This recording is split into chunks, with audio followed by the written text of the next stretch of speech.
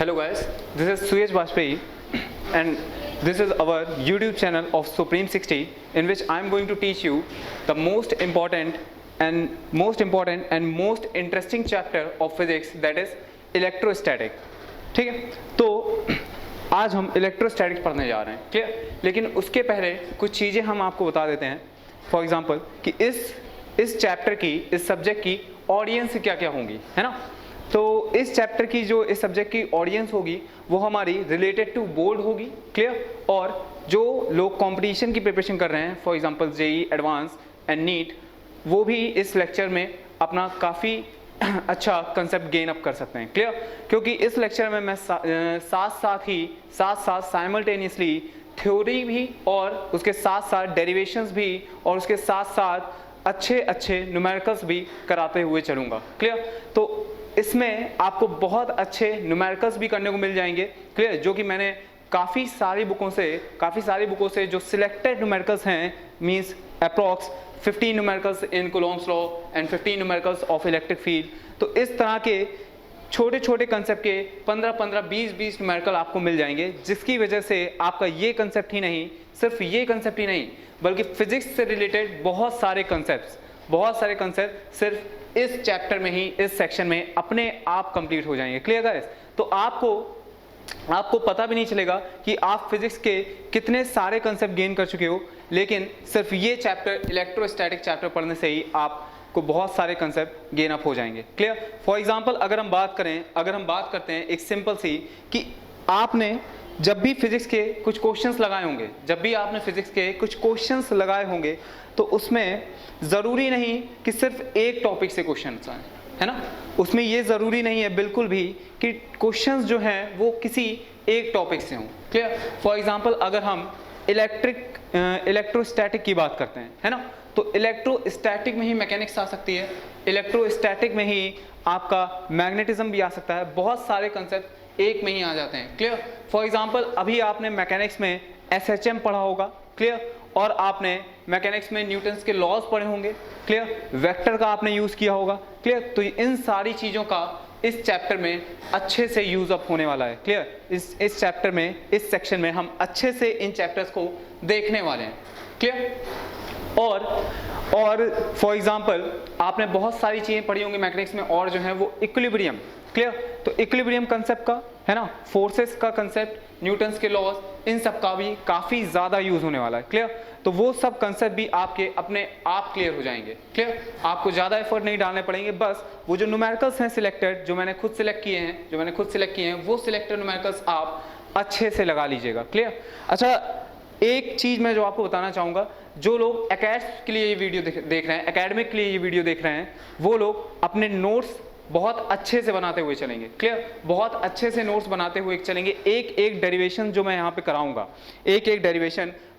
कराऊंगा, उसको भी बहुत अच्छे से अपनी कॉपी में नोट डाउन करते हुए चलेंगे आप, क्लियर, ठीक है। क्योंकि वो जो डेरिवेशंस होते हैं वो एकेडमिक में पूछे जाते हैं, CBSEs में पूछे जाते हैं, क्लियर। तो वो एग्जाम के पर्पज से तो बहुत इंपॉर्टेंट होते हैं, क्लियर। और जो लोग एकेडमिक की तैयारी के लिए नहीं, सिर्फ कंपटीशन के लिए ये लेक्चर देख रहे हैं, मींस IIT, JEE और नीट के बेसिस पे ये लेक्चर देख रहे हैं, वो ये ध्यान रखेंगे कि वो डेरिवेशंस को तो अच्छे से समझ लें और अपने नोट्स को भी अच्छे से लिखते हुए चलें, नोट करते हुए चलें। जो चीज़ें हैं वो बहुत इंपॉर्टेंट हैं। अगर आपको रिवाइज करना होगा गाइस, तो आप फिर से ये वीडियो नहीं देखोगे आके, है ना।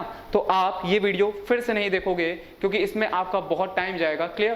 तो आपको मेरा ये सजेशन है कि आप साथ ही साथ अपने नोट्स बनाते हुए चलें, क्लियर।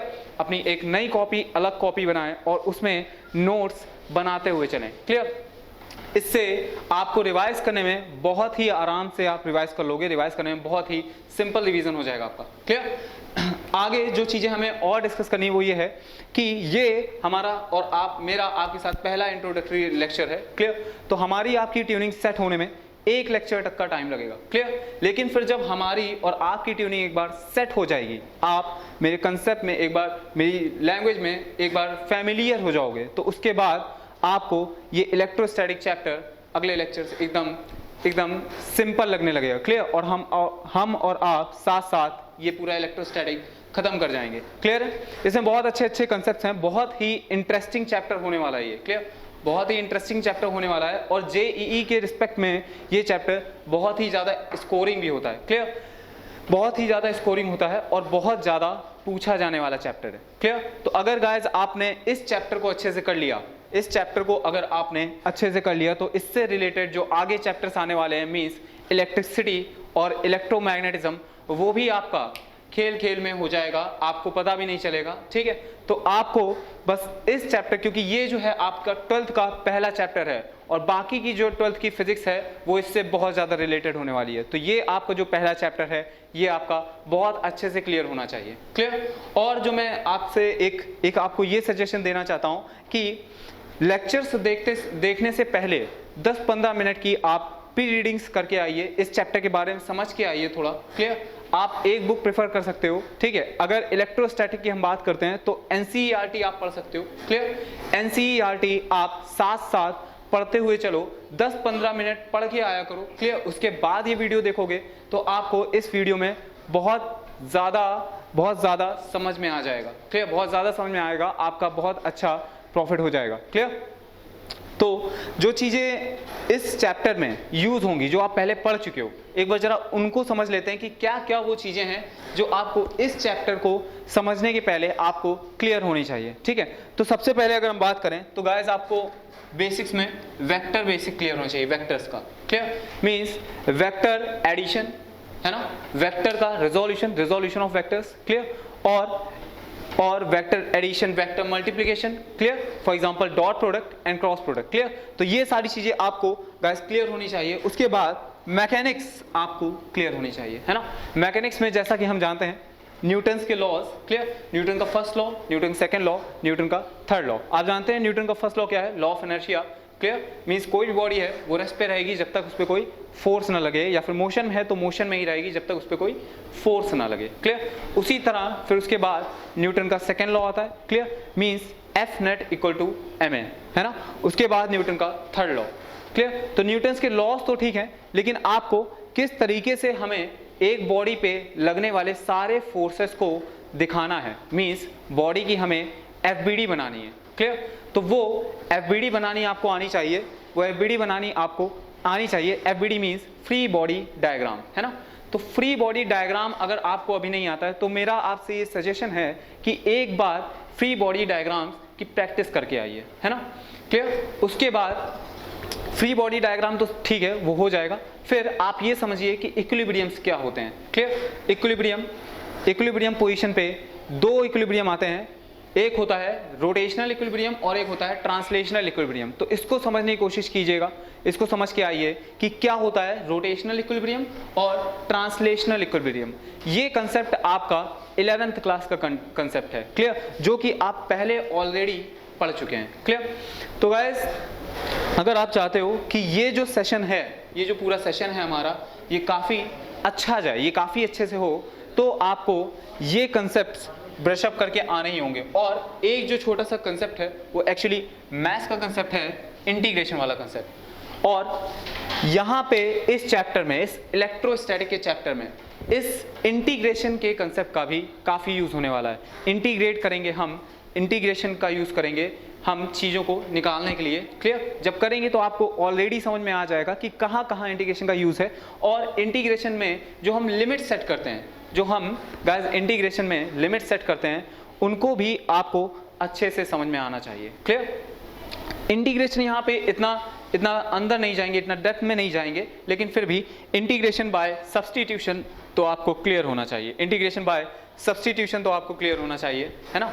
और आगे हम बात करते हैं कि न्यूमेरिकल्स जब मैं यहाँ पे लिखवाऊंगा, जब मैं न्यूमेरिकल्स करवाऊंगा यहाँ पे, तो आपको उन न्यूमेरिकल्स को सॉल्व करना है खुद से। क्लियर? आपको उन न्यूमेरिकल्स का सॉल्यूशन नहीं देखते जाना है, वीडियो के साथ सॉल्यूशन भी होगा। क्लियर? तो ये नहीं कि मैंने न्यूमेरिकल लिखा, मैं सॉल्व करने लगा और आप सिंपली सॉल्यूशन देखने लगे, ऐसा बिल्कुल भी नहीं करना है। ठीक है गाइस?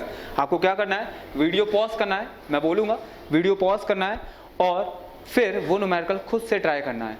अगर हो जाता है तो ठीक है, और अगर नहीं होता है तो हम तो हैं हम और आप साथ में मिलकर ये न्यूमेरिकल फिर लगाएंगे, चीज़ें आपको क्लियर हो जाएंगी। अगर हो जाता है फिर भी सॉल्यूशन जरूर देखिएगा कि शायद आपको कुछ और नया मिल जाए। क्लियर है? कुछ और शायद आपको नया मिल जाए, एक्स्ट्रा थिंग्स मिल जाए। क्लियर? तो इस तरीके से हम चलेंगे न्यूमेरिकल्स पे। न्यूमेरिकल्स बहुत ही अच्छी क्वालिटी के होने वाले हैं। क्लियर? तो एक न्यूमेरिकल में बहुत सारे कंसेप्ट होंगे, तो उन कंसेप्ट पे भी आप फोकस कीजिएगा। जो ही नहीं कि वो कंसेप्ट सिर्फ इलेक्ट्रोस्टैटिक के बेस पे हों। क्लियर? और भी बेसिस पे हो सकते हैं। उसके बाद आप समझ तो गए हैं कि इस चैप्टर की इंपॉर्टेंस कितनी है। क्लियर? तो अब हम अपने मेन कंसेप्ट पे आने जा रहे हैं, दैट इज इलेक्ट्रोस्टैटिक। ठीक है? तो आई होप दैट जो मैं बोल रहा हूँ वो आप समझ चुके हो। नोट्स बनाने के लिए मैंने एक चीज़ बोली है, दूसरी चीज़ मैंने बोली है न्यूमेरिकल को लगाने के पहले आपको वीडियो पॉज कर सॉल्यूशन देखने के पहले आपको वीडियो पॉज करना है और उसे सॉल्व करना है। क्लियर? तीसरी चीज़ जो मैं बोल रहा हूँ वो ये है कि आपको ये बेसिक्स अपने रिवाइज करके आने हैं। क्लियर? ये बेसिक्स अपने रिवाइज करके आने हैं। और जो फोर्थ थिंग मैंने बोली है तो वो ये है कि आपको प्री रीडिंग्स के साथ काम करना है। प्री रीडिंग्स के साथ काम करना है। आप पहले 10 से 15 मिनट की प्री रीडिंग करके आओगे। तो समझने की कोशिश करते हैं कि इलेक्ट्रोस्टैटिक एक्चुअली है क्या, इस टर्म इलेक्ट्रोस्टैटिक का क्या मतलब है ना? तो देखते हैं गाइस। तो इलेक्ट्रोस्टैटिक जो कि हमारा टर्म है वो दो वर्ड से मिलकर बना है। वो दो वर्ड से मिलकर बना है। वो क्या है? First word is electro, this is electro, and the second one is static. Clear? This is static. Clear? तो जैसा कि आप जानते हैं electro is something related to electron. Clear? Electro means something related to electrons, means something related to charge. अब charge क्या होता है ये अभी मैंने आपको नहीं बताया है ना? तो चार्ज को अभी आप इस तरीके से समझने की कोशिश कीजिए कि चार्ज जो है वो हमारा इलेक्ट्रॉन्स और प्रोटॉन पे होता है। क्लियर? इलेक्ट्रॉन और प्रोटॉन्स जो फंडामेंटल पार्टिकल्स हैं उन पे चार्ज होता है। क्लियर? चार्ज जो इलेक्ट्रॉन पे होता है वो नेगेटिव चार्ज होता है और जो प्रोटॉन पे चार्ज होता है गाइस वो पॉजिटिव चार्ज होता है ना? तो इन चार्जेस की बात हम आगे करेंगे, पूरा समझेंगे। चार्ज की डेफिनेशन क्या है, चार्ज की यूनिट क्या है, चार्ज क्या क्या शो कर रहा है। क्लियर? तो ये फिजिकल मीनिंग उसकी क्या है, इन सब के बारे में हम आगे समझेंगे। अभी समझने की कोशिश करते हैं इलेक्ट्रोस्टैटिक एक्चुअली क्या है। क्लियर? तो इलेक्ट्रोस्टैटिक इलेक्ट्रॉन और स्टैटिक से मिलकर बना है। इलेक्ट्रो और स्टैटिक से मिलकर बना है, जहां इलेक्ट्रो का मतलब something related to electron, means something related to charge. Charge electron और प्रोटॉन पे होता है, न्यूट्रॉन पे चार्ज जीरो होता है। क्लियर? और स्टैटिक का मींस आप जानते हैं एट रेस्ट। क्लियर? इस तरीके से जो इलेक्ट्रोस्टैटिक का मतलब हो जाएगा वो हो जाएगा इलेक्ट्रॉन और charge at rest. Charge at rest. Clear? या फिर इलेक्ट्रॉन एट रेस्ट। क्लियर है गाइस? अच्छा, तो अब ये समझने की कोशिश करते हैं कि अगर चार्ज पार्टिकल्स या फिर इलेक्ट्रॉन और प्रोटॉन रेस्ट पे हैं तो वो एक दूसरे पे कुछ इंटरेक्शन शो करेंगे, कुछ फोर्स लगाएंगे। इस सिस्टम की कुछ एनर्जीज होगी। क्लियर? इस सिस्टम की कुछ एनर्जी होगी जिसका डिस्कशन हम पूरा इस चैप्टर में करने वाले हैं। अच्छा, अगर क्या होगा चार्ज पार्टिकल मूव करने लगे, है ना? तो चार्ज पार्टिकल गाइस अगर मूव करने लगेंगे तो इससे क्या होगा, इसका डिस्कशन हम इस चैप्टर में नहीं करेंगे। क्लियर? हम इस चैप्टर में सिर्फ चार्ज को उनके स्टैटिक पोजीशन पे ही डिस्कस करेंगे, सिर्फ उनके स्टैटिक पोजीशन पे डिस्कस करेंगे। हम बिल्कुल भी बात नहीं करेंगे कि जब चार्ज पार्टिकल मूव करने लगें तो उस समय क्या हो रहा है। क्लियर? फिर भी मैं आपको एक बार बता देता हूं कि जब चार्ज पार्टिकल्स मीन जब इलेक्ट्रॉन प्रोटॉन, इस तरह से अगर हम बोलें अभी कि जब इलेक्ट्रॉन्स और प्रोटॉन्स स्टैटिकली प्रेजेंट होते हैं कहीं पे, या फिर कहें कि रेस्ट पे होते हैं, ठीक है, तो उस समय वो एक दूसरे पे जो इंटरेक्शन शो करते हैं, जो वो उस समय एक दूसरे पे इंटरेक्शंस या फिर फोर्सेस लगाते हैं। क्लियर? वो सिर्फ इलेक्ट्रिकल फोर्सेस होते हैं। कैसे फोर्सेस होते हैं? वो सिर्फ इलेक्ट्रिकल फोर्सेस होते हैं। यहाँ पे सिर्फ इलेक्ट्रिक फील्ड का कंसेप्ट आता है। किसका कंसेप्ट आता है? इलेक्ट्रिक फील्ड का। लेकिन जब यही पार्टिकल्स अपने मूव करने लगें, मोशन में आ जाएं, क्लियर, उस समय वहां पे सिर्फ इलेक्ट्रिक फील्ड नहीं, इलेक्ट्रिक फील्ड तो होती ही है एग्जिस्टेंस में उस समय, लेकिन उस समय वहां पे साथ में ही मैग्नेटिक फील्ड भी एग्जिस्टेंस में आ जाती है। मैग्नेटिक फील्ड भी एग्जिस्टेंस में आ जाती है। आप इस कंसेप्ट को इस तरह से समझ सकते हो कि चार्ज पार्टिकल्स, क्लियर, जब पास अलग अलग रखे होंगे तो इलेक्ट्रॉन और प्रोटॉन मान लीजिए अलग अलग रखे हैं तो वो एक दूसरे को क्या कर रहे होंगे? अट्रैक्ट कर रहे होंगे। क्लियर? लेकिन अगर हम बात करें कि दो वायर्स हैं, क्या है? दो वायर्स हैं, क्लियर, और उनमें करंट चल रही है। क्लियर? जैसा कि हम जानते हैं कि जैसे अगर हम रास्ते में भी देखें तो दो वायर हैं अगर, तो उनके बीच में करंट चल रही है, क्लियर, तो उन वायर्स के बीच में कभी कभी अट्रैक्शन हो जाता है, या फिर उन वायर्स के बीच में कभी कभी रिपल्शन हो जाता है, क्लियर। तो गाइस वहां पे जो अट्रैक्शन हो रहा है दो वायर्स के बीच में करंट फ्लो होने की वजह से जो अट्रैक्शन हो रहा है वो इलेक्ट्रोस्टैटिक अट्रैक्शन नहीं है, वो इलेक्ट्रिक फील्ड की वजह से अट्रैक्शन नहीं है, बल्कि वो मैग्नेटिक फोर्स की वजह से अट्रैक्शन है, क्लियर। तो इस तरह से ये हम समझना पड़ेगा हमको कि जब चार्जेस रेस्ट पे होते हैं, जब चार्जेस रेस्ट पे होते हैं तब उस समय वो सिर्फ इलेक्ट्रिक फील्ड एक्सर्ट करते हैं, इलेक्ट्रिक फील्ड एग्जिस्टेंस में होती है उस समय। लेकिन जैसे ही वो चार्जेस हमारे मूव करने लगते हैं, जैसे ही वो चार्जेस हमारे मूव करने लगते हैं तो उस समय सिर्फ इलेक्ट्रिक फील्ड नहीं, इलेक्ट्रिक फील्ड तो उस समय भी होती है, लेकिन उस समय उस इलेक्ट्रिक फील्ड के साथ में मैग्नेटिक फील्ड भी एग्जिस्टेंस में आ जाती है, जिसका एग्जांपल है दो पैरेलल वायर जैसे कि अपने लगे हुए हैं सराउंडिंग्स में, क्लियर, आप देख सकते हैं घर के बाहर निकल के, तो दो पैरेलल वायर में जो करंट जाती है, जब करंट जाती है तो ये दोनों एक दूसरे को अट्रैक्ट करने लगते हैं या फिर रिपल करने लगते हैं, क्लियर। तो ये एग्जांपल है मूविंग चार्ज की वजह से मैग्नेटिक फील्ड के एग्जिस्टेंस का, क्लियर। तो इस वजह से इस चैप्टर में जो हम अपना डिस्कशन रखने वाले हैं वो चार्जेस को स्टैटिक करके या फिर उनको रेस्ट पे रख के हम कह सकते हैं डिस्कस करेंगे, क्लियर। उनके बीच में जितने भी इंटरेक्शंस हैं, जितनी भी एनर्जीज हैं, जो भी एनर्जी है, क्लियर, पोटेंशियल एनर्जी जो भी है, जो भी फोर्सेस लग रहे हैं, उन सब की बात हम उसको इस सिस्टम को रेस्ट में रख के करेंगे। हम इस चैप्टर में चार्जेस को मूव नहीं कराएंगे, ठीक है, करंट की बात हम इस चैप्टर में नहीं करेंगे, क्लियर। चलिए, तो अब हम जरा एक बार जल्दी से देख लेते हैं कि इस चैप्टर में हम क्या क्या चीजें कवर अप करने वाले हैं, क्लियर। एक शॉर्ट रिव्यू ले लेते हैं पूरे चैप्टर का, ठीक है। तो अब हम समझने की कोशिश करते हैं कि इस चैप्टर में हम क्या क्या चीजें देखने वाले हैं। So here is the points to be covered.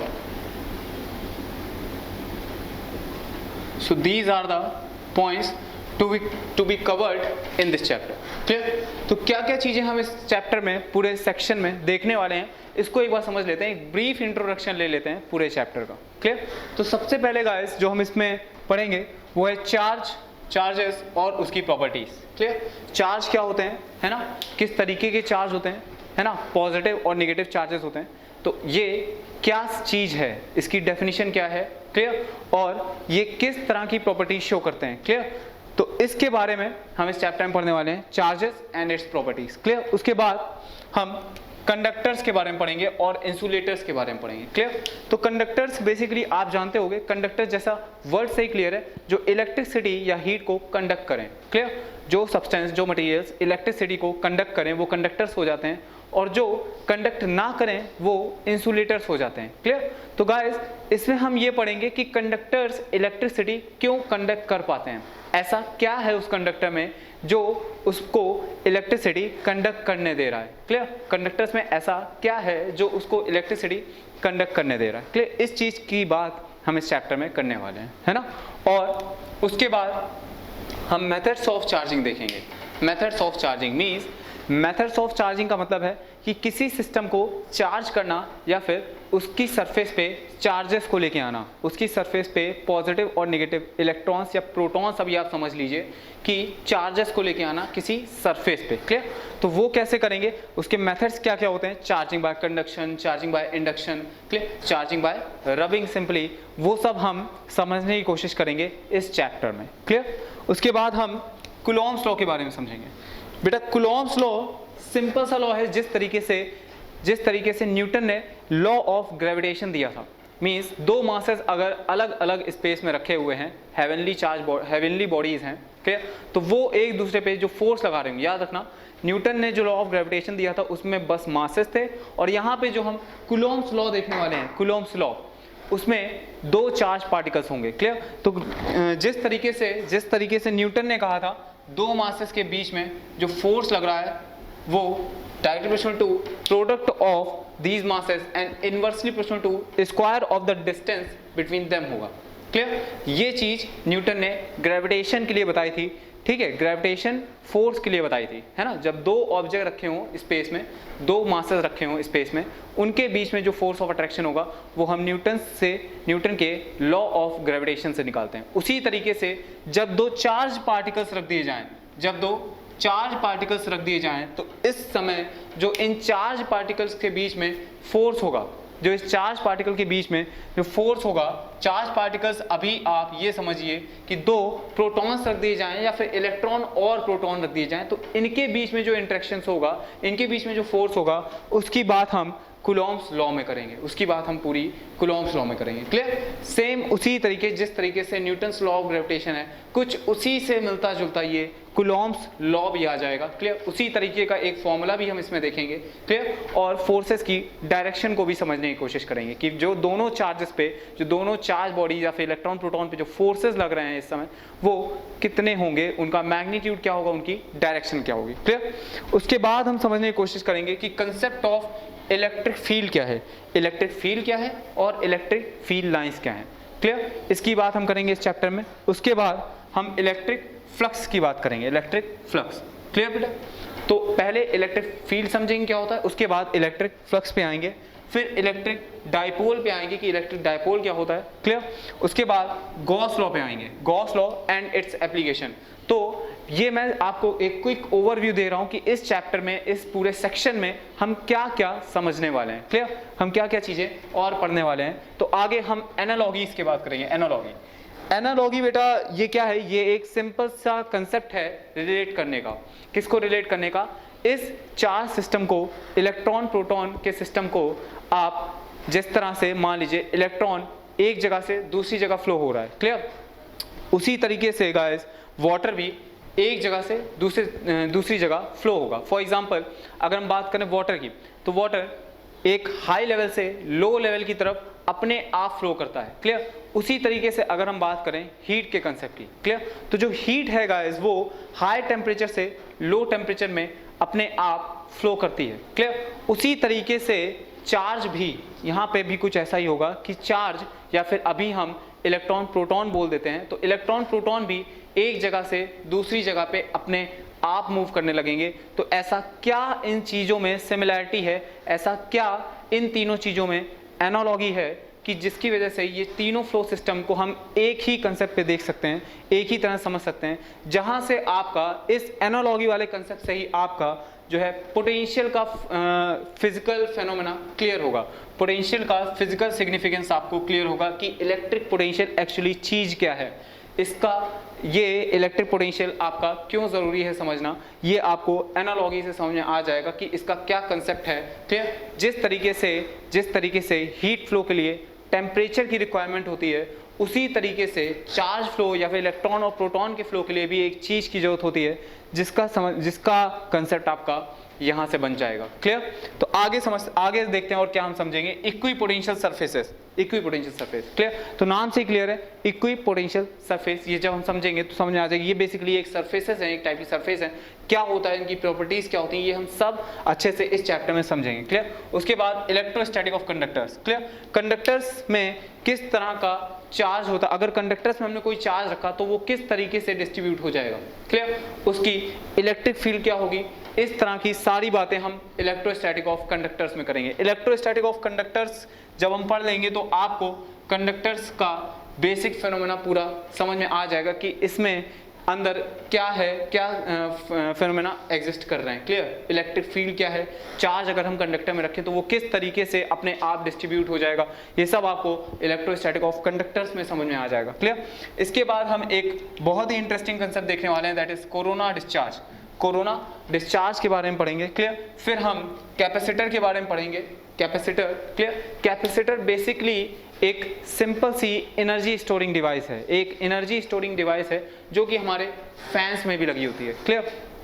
तो अगर हम समझने की कोशिश करें कि इस कैपेसिटर की जरूरत क्या है, तो आप ये समझिए कि किसी भी चीज को अगर हम इनिशिएट कर रहे हैं, अगर हम किसी भी चीज को इनिशिएट कर रहे हैं तो हमें इनिशिएट करने में उसमें ज़्यादा एनर्जी, ज़्यादा फोर्स की जरूरत पड़ती है। क्लियर? लेकिन एक बार अगर वो चीज़ मोशन में आ गई, एक बार अगर वो चीज स्टार्टअप हो गई, क्लियर, तो फिर हमें उसको चलाए रखने में उतनी एनर्जी, उतने फोर्स की जरूरत नहीं पड़ती है, क्लियर। तो कैपेसिटर बेसिकली क्या है, एक एनर्जी स्टोरिंग डिवाइस है। जब ये फैन ऑन करते हैं तो कैपेसिटर भी ऑन हो जाता है और इस फैन को स्टार्ट करने में एनर्जी ज्यादा लगेगी, क्लियर। वो ज्यादा एनर्जी जो है वो कैपेसिटर के थ्रू हमको मिल जाती है, जिसकी वजह से ये फैन चलने लगता है, क्लियर। क्योंकि अगर कैपेसिटर नहीं होगा तो जो एनर्जी रिक्वायर है, एक्स्ट्रा एनर्जी जो उसको इनिशिएट करने में चाहिए, वो नहीं मिल पाएगी, क्लियर। तो चलेगा तो तब भी, लेकिन इसको स्टार्ट करने में दिक्कत आएगी, क्लियर। तो कैपेसिटर का कंसेप्ट हम समझेंगे इसमें क्या है, क्लियर। इलेक्ट्रिसिटी, फिर ये नया सेक्शन है, क्लियर। यहां तक आपका इलेक्ट्रोस्टैटिक की बात हो चुकी होगी, क्लियर। अब इलेक्ट्रिसिटी एक नया सेक्शन है, नया टॉपिक है, क्लियर। और फिर नया टॉपिक है मैग्नेटिज्म, और फिर उसके बाद हम बात करेंगे इलेक्ट्रोमैग्नेटिज्म की। तो ये सेक्शंस हैं, क्लियर। पहला सेक्शन हम समझ रहे हैं इलेक्ट्रोस्टैटिक, दूसरा सेक्शन आपका आएगा electricity, third section will be magnetism and then electromagnetic waves, clear. तो इस सेक्शन में हमें सिर्फ और सिर्फ चार्जेस एट रेस्ट या फिर इलेक्ट्रोस्टैटिक की बात करनी है, क्लियर। तो स्टार्ट करते हैं अपने पहले बेसिक कंसेप्ट से, that is what is charge, clear. Charges क्या होते हैं, पहला concept what is charge, clear. चलिए ओके गाइस, तो अब समझने की कोशिश करते हैं यहाँ पे कि चार्जेस क्या हैं, चार्ज सिस्टम अपना क्या है, चार्जेस क्या हैं, क्लियर। तो देखिए इसमें एक एक्सपेरिमेंट के थ्रू हम समझने की कोशिश करेंगे कि चार्जेस क्या होते हैं, क्लियर।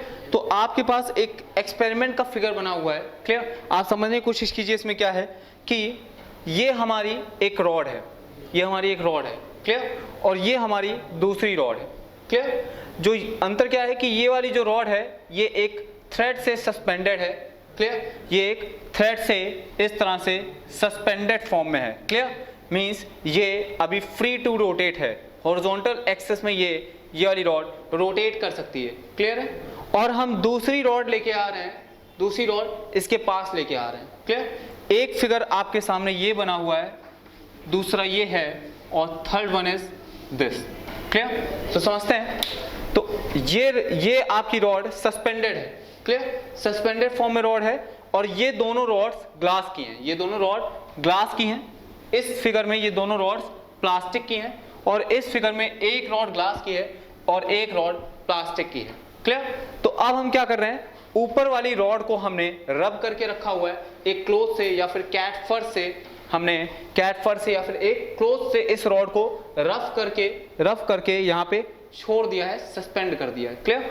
और दूसरी रॉड हम फिर से क्लोथ से रब करके इसके पास लेके आ रहे हैं। दोनों की दोनों रॉड्स ग्लास की रॉड हैं, दोनों रॉड्स ग्लास की रॉड हैं। तो क्या होगा, तो ऐसा देखा गया है कि जब एक रॉड को रब करके यहाँ रख दिया और दूसरी रॉड इसके पास लेके आ रहे हैं, तो ये वाली जो रॉड है ये away from the coming rod move कर जाती है, क्लियर। ये रॉड अगर हम इस डायरेक्शन से लेके आ रहे हैं, इस डायरेक्शन से इस रॉड को लेके आ रहे हैं, तो ये वाली जो रॉड है, जो ये वाली रॉड है, ये इस रॉड से दूर रोटेट हो जाएगी, इस रॉड से दूर की तरफ रोटेट हो रही है। इसका मतलब ये वाली रॉड जो है ये कोई रिपल्शन फील कर रही है, ये वाली रॉड कोई रिपल्शन फील कर रही है, रिपल्शन फील हो रहा है, क्लियर, इस रॉड को।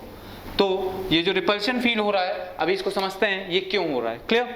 अब दूसरा एक्सपेरिमेंट समझिए।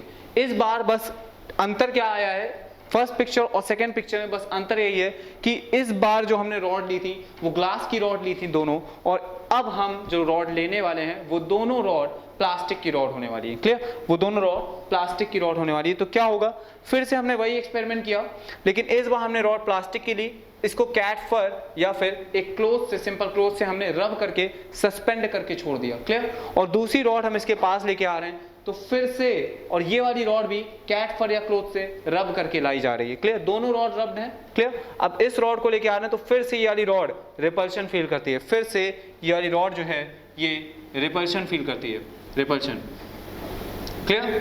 तो यहां से हमें एक और कंक्लूजन मिलेगा, क्लियर। समझने की कोशिश करते हैं। एक बार और इसी एक्सपेरिमेंट को किया गया, लेकिन इस बार थोड़ा सा चेंजमेंट ये किया जा रहा है गाइस कि इस बार जो पहली रॉड है वो तो ग्लास की है, जो सस्पेंडेड रॉड है वो ग्लास की रॉड है, लेकिन जो रॉड लेके आ रहे हैं वो रॉड प्लास्टिक की रॉड होगी।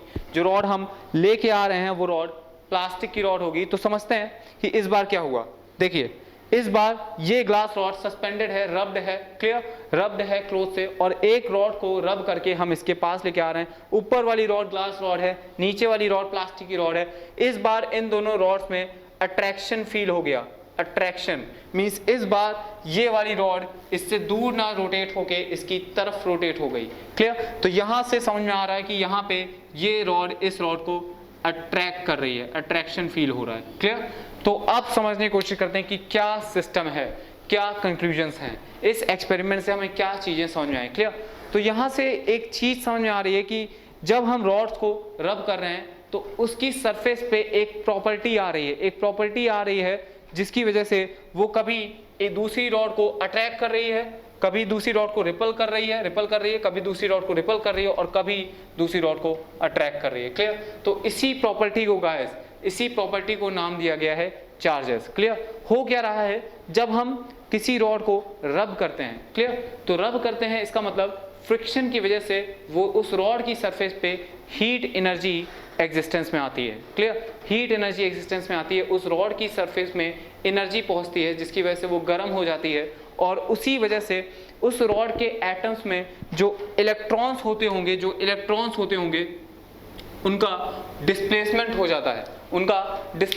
जाता है, या फिर वो चले जाते हैं सरफेस से, और या फिर सरफेस पे ही आके रुक जाते हैं, क्लियर, जिसकी वजह से सरफेस में पॉजिटिव और निगेटिव चार्जेस डेवलप्ड हो जाते हैं, क्लियर। और जब हम रब करते हैं तो ये चार्जेस अब डेवलप तो हो चुके हैं, इसी तरीके से दोनों में डेवलप हो गए, क्लियर, दोनों रॉड्स में डेवलप हो गए।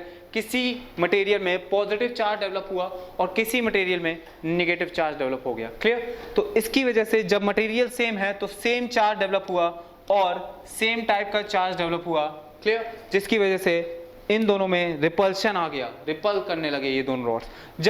जब दूसरा मटेरियल यूज किया तब भी चार्ज सेम डेवलप हुआ, मींस इस बार चार्ज तो चेंज हो गया है लेकिन इन दोनों में नेगेटिव चार्ज ही डेवलप हुआ, क्लियर। तो इस वजह से अभी भी रिपल्शन है। अब जब हमने मटेरियल चेंज कर दिया तो अब जो चार्जेस डेवलप हुए हैं वो लाइक चार्जेस नहीं, अनलाइक चार्जेस डेवलप हुए हैं, क्लियर, क्योंकि ये ग्लास रॉड थी, इस पे किसी और तरीके की चार्ज डेवलप हो रहा था, और ये प्लास्टिक रॉड थी, इस पे किसी और तरीके की चार्ज डेवलप हो रहा है। आप देख सकते हैं इसमें पॉजिटिव चार्ज डेवलप हो रहा है, इसमें नेगेटिव चार्ज डेवलप हो रहा है, ठीक है। Glass rod positive charge, plastic rod negative charge, clear. इस वजह से ये दोनों रॉड्स एक दूसरे को अट्रैक्ट करने लगी। तो यहाँ से इस एक्सपेरिमेंट से हमें दो कंक्लूजन मिलते हैं चार्ज के बारे में, चार्जेस के बारे में हमें दो कंक्लूजन मिलते हैं। समझने की कोशिश करते हैं वो क्या है। पहला, charges are of two types, जो चार्जेस होंगे वो दो तरीके के होंगे, क्लियर। एक को हमने कह दिया कि पॉजिटिव चार्ज होगा और दूसरे को हमने कह दिया कि ये नेगेटिव चार्ज है, क्लियर। पॉजिटिव और नेगेटिव दो तरीके के चार्ज होंगे। जैसा कि हमें पता है इलेक्ट्रॉन पे जो चार्ज होता है वो नेगेटिव चार्ज होता है, clear. Electron is a negative charge body, clear. और इसी तरीके से जो प्रोटॉन पे चार्ज होता है, प्रोटॉन पे जो चार्ज होता है वो पॉजिटिव चार्ज होता है, clear. Hence proton is a positively charge body, clear. अब समझने की कोशिश करते हैं जो दूसरा कंक्लूजन है वो क्या समझ में आ रहा है। पहला कंक्लूजन ठीक है, दूसरा, like charges repels and unlike charges attracts each other, clear. ये समझ में आ रहा होगा आपको, जब लाइक चार्जेस हैं तो रिपल्शन हो रहा है, लाइक चार्जेस हैं तो रिपल्शन हो रहा है, लेकिन अनलाइक चार्जेस हैं तो अट्रैक्शन हो रहा है, क्लियर। अनलाइक चार्जेस में अट्रैक्शन हो रहा है, क्लियर गाइस। तो यहाँ से इन तीन एक्सपेरिमेंट से, इन तीन पिक्चर से आपको क्लियर होगा कि लाइक चार्जेस एक दूसरे को रिपल करेंगे और अनलाइक चार्जेस एक दूसरे को अट्रैक्ट करेंगे। अगर हम सिंपल सी बात करें कि एक पॉजिटिव चार्ज है और एक नेगेटिव चार्ज है, तो इन दोनों के बीच में जो गाइस फोर्स होगा वो फोर्स ऑफ अट्रैक्शन होगा, क्लियर। अगर पॉजिटिव और पॉजिटिव के केस की हम बात करें तो इन दोनों के बीच में जो फोर्स होगा वो फोर्स ऑफ रिपल्शन होगा, और अगर हम नेगेटिव और नेगेटिव चार्ज के बीच की बात करें तो इसमें भी जो इन दोनों के बीच में फोर्स होगा वो फोर्स ऑफ रिपल्शन ही होगा, क्लियर। तो ये चीज I hope it is very much clear to you that when there will be force of repulsion and when there will be force of attraction, clear। तो जब same charges होंगे, जब like charges होंगे तो force of repulsion होगा, जब unlike charges होंगे तो फोर्स ऑफ अट्रैक्शन हो जाएगा। क्लियर है? ठीक, तो यहां तक तो हम समझ गए, यहां तक चीजें आपको क्लियर हुई होंगी। इस एक्सपेरिमेंट से आपका एक चार्ज का बेसिक कंसेप्ट बन रहा होगा कि चार्जेस एक प्रॉपर्टी है। चार्ज क्या है? सब्सटेंस की एक प्रॉपर्टी है, जिसकी वजह से वो जो पार्टिकल है, वो जो सब्सटेंस है, वो इलेक्ट्रिकल और मैग्नेटिक फेनोमेना में पार्ट ले पाएगा। क्लियर? तो समझने की कोशिश करते हैं कि चार्जेस की डेफिनेशन हम क्या लिख सकते हैं। ठीक, डेफिनेशन पे फोकस करते हैं। ओके गाइस, तो अब हम आते हैं अपने चार्ज की डेफिनेशन समझते हैं। क्लियर? फिजिकल फेनोमेना चार्ज का आपको समझ में आ गया होगा कि चार्ज जो है एक प्रॉपर्टी है एक पार्टिकल की। क्लियर? पॉजिटिव और नेगेटिव दो तरीके के चार्ज होते हैं। क्लियर? लाइक चार्जेस जो होते हैं वो एक दूसरे में रिपल्शन वाला फोर्स लगाते हैं, मीन्स एक दूसरे को रिपल करते हैं, और अनलाइक चार्जेस जो होते हैं वो एक दूसरे को अट्रैक्ट करते हैं। क्लियर? तो अब हम समझने की कोशिश करते हैं कि चार्जेस और उसकी प्रॉपर्टीज क्या होती हैं, चार्ज की डेफिनेशन क्या है। क्लियर? डेफिनेशन आपके एकेडमिक्स के पॉइंट ऑफ व्यू से बहुत इंपॉर्टेंट है। क्लियर? इसको नोट डाउन कर लीजिएगा, इसको याद कर लीजिएगा। क्लियर? बाकी समझिए है क्या। डेफिनेशन चार्ज की समझते हैं। तो charges are the properties of the particle. Particles क्या होते हैं?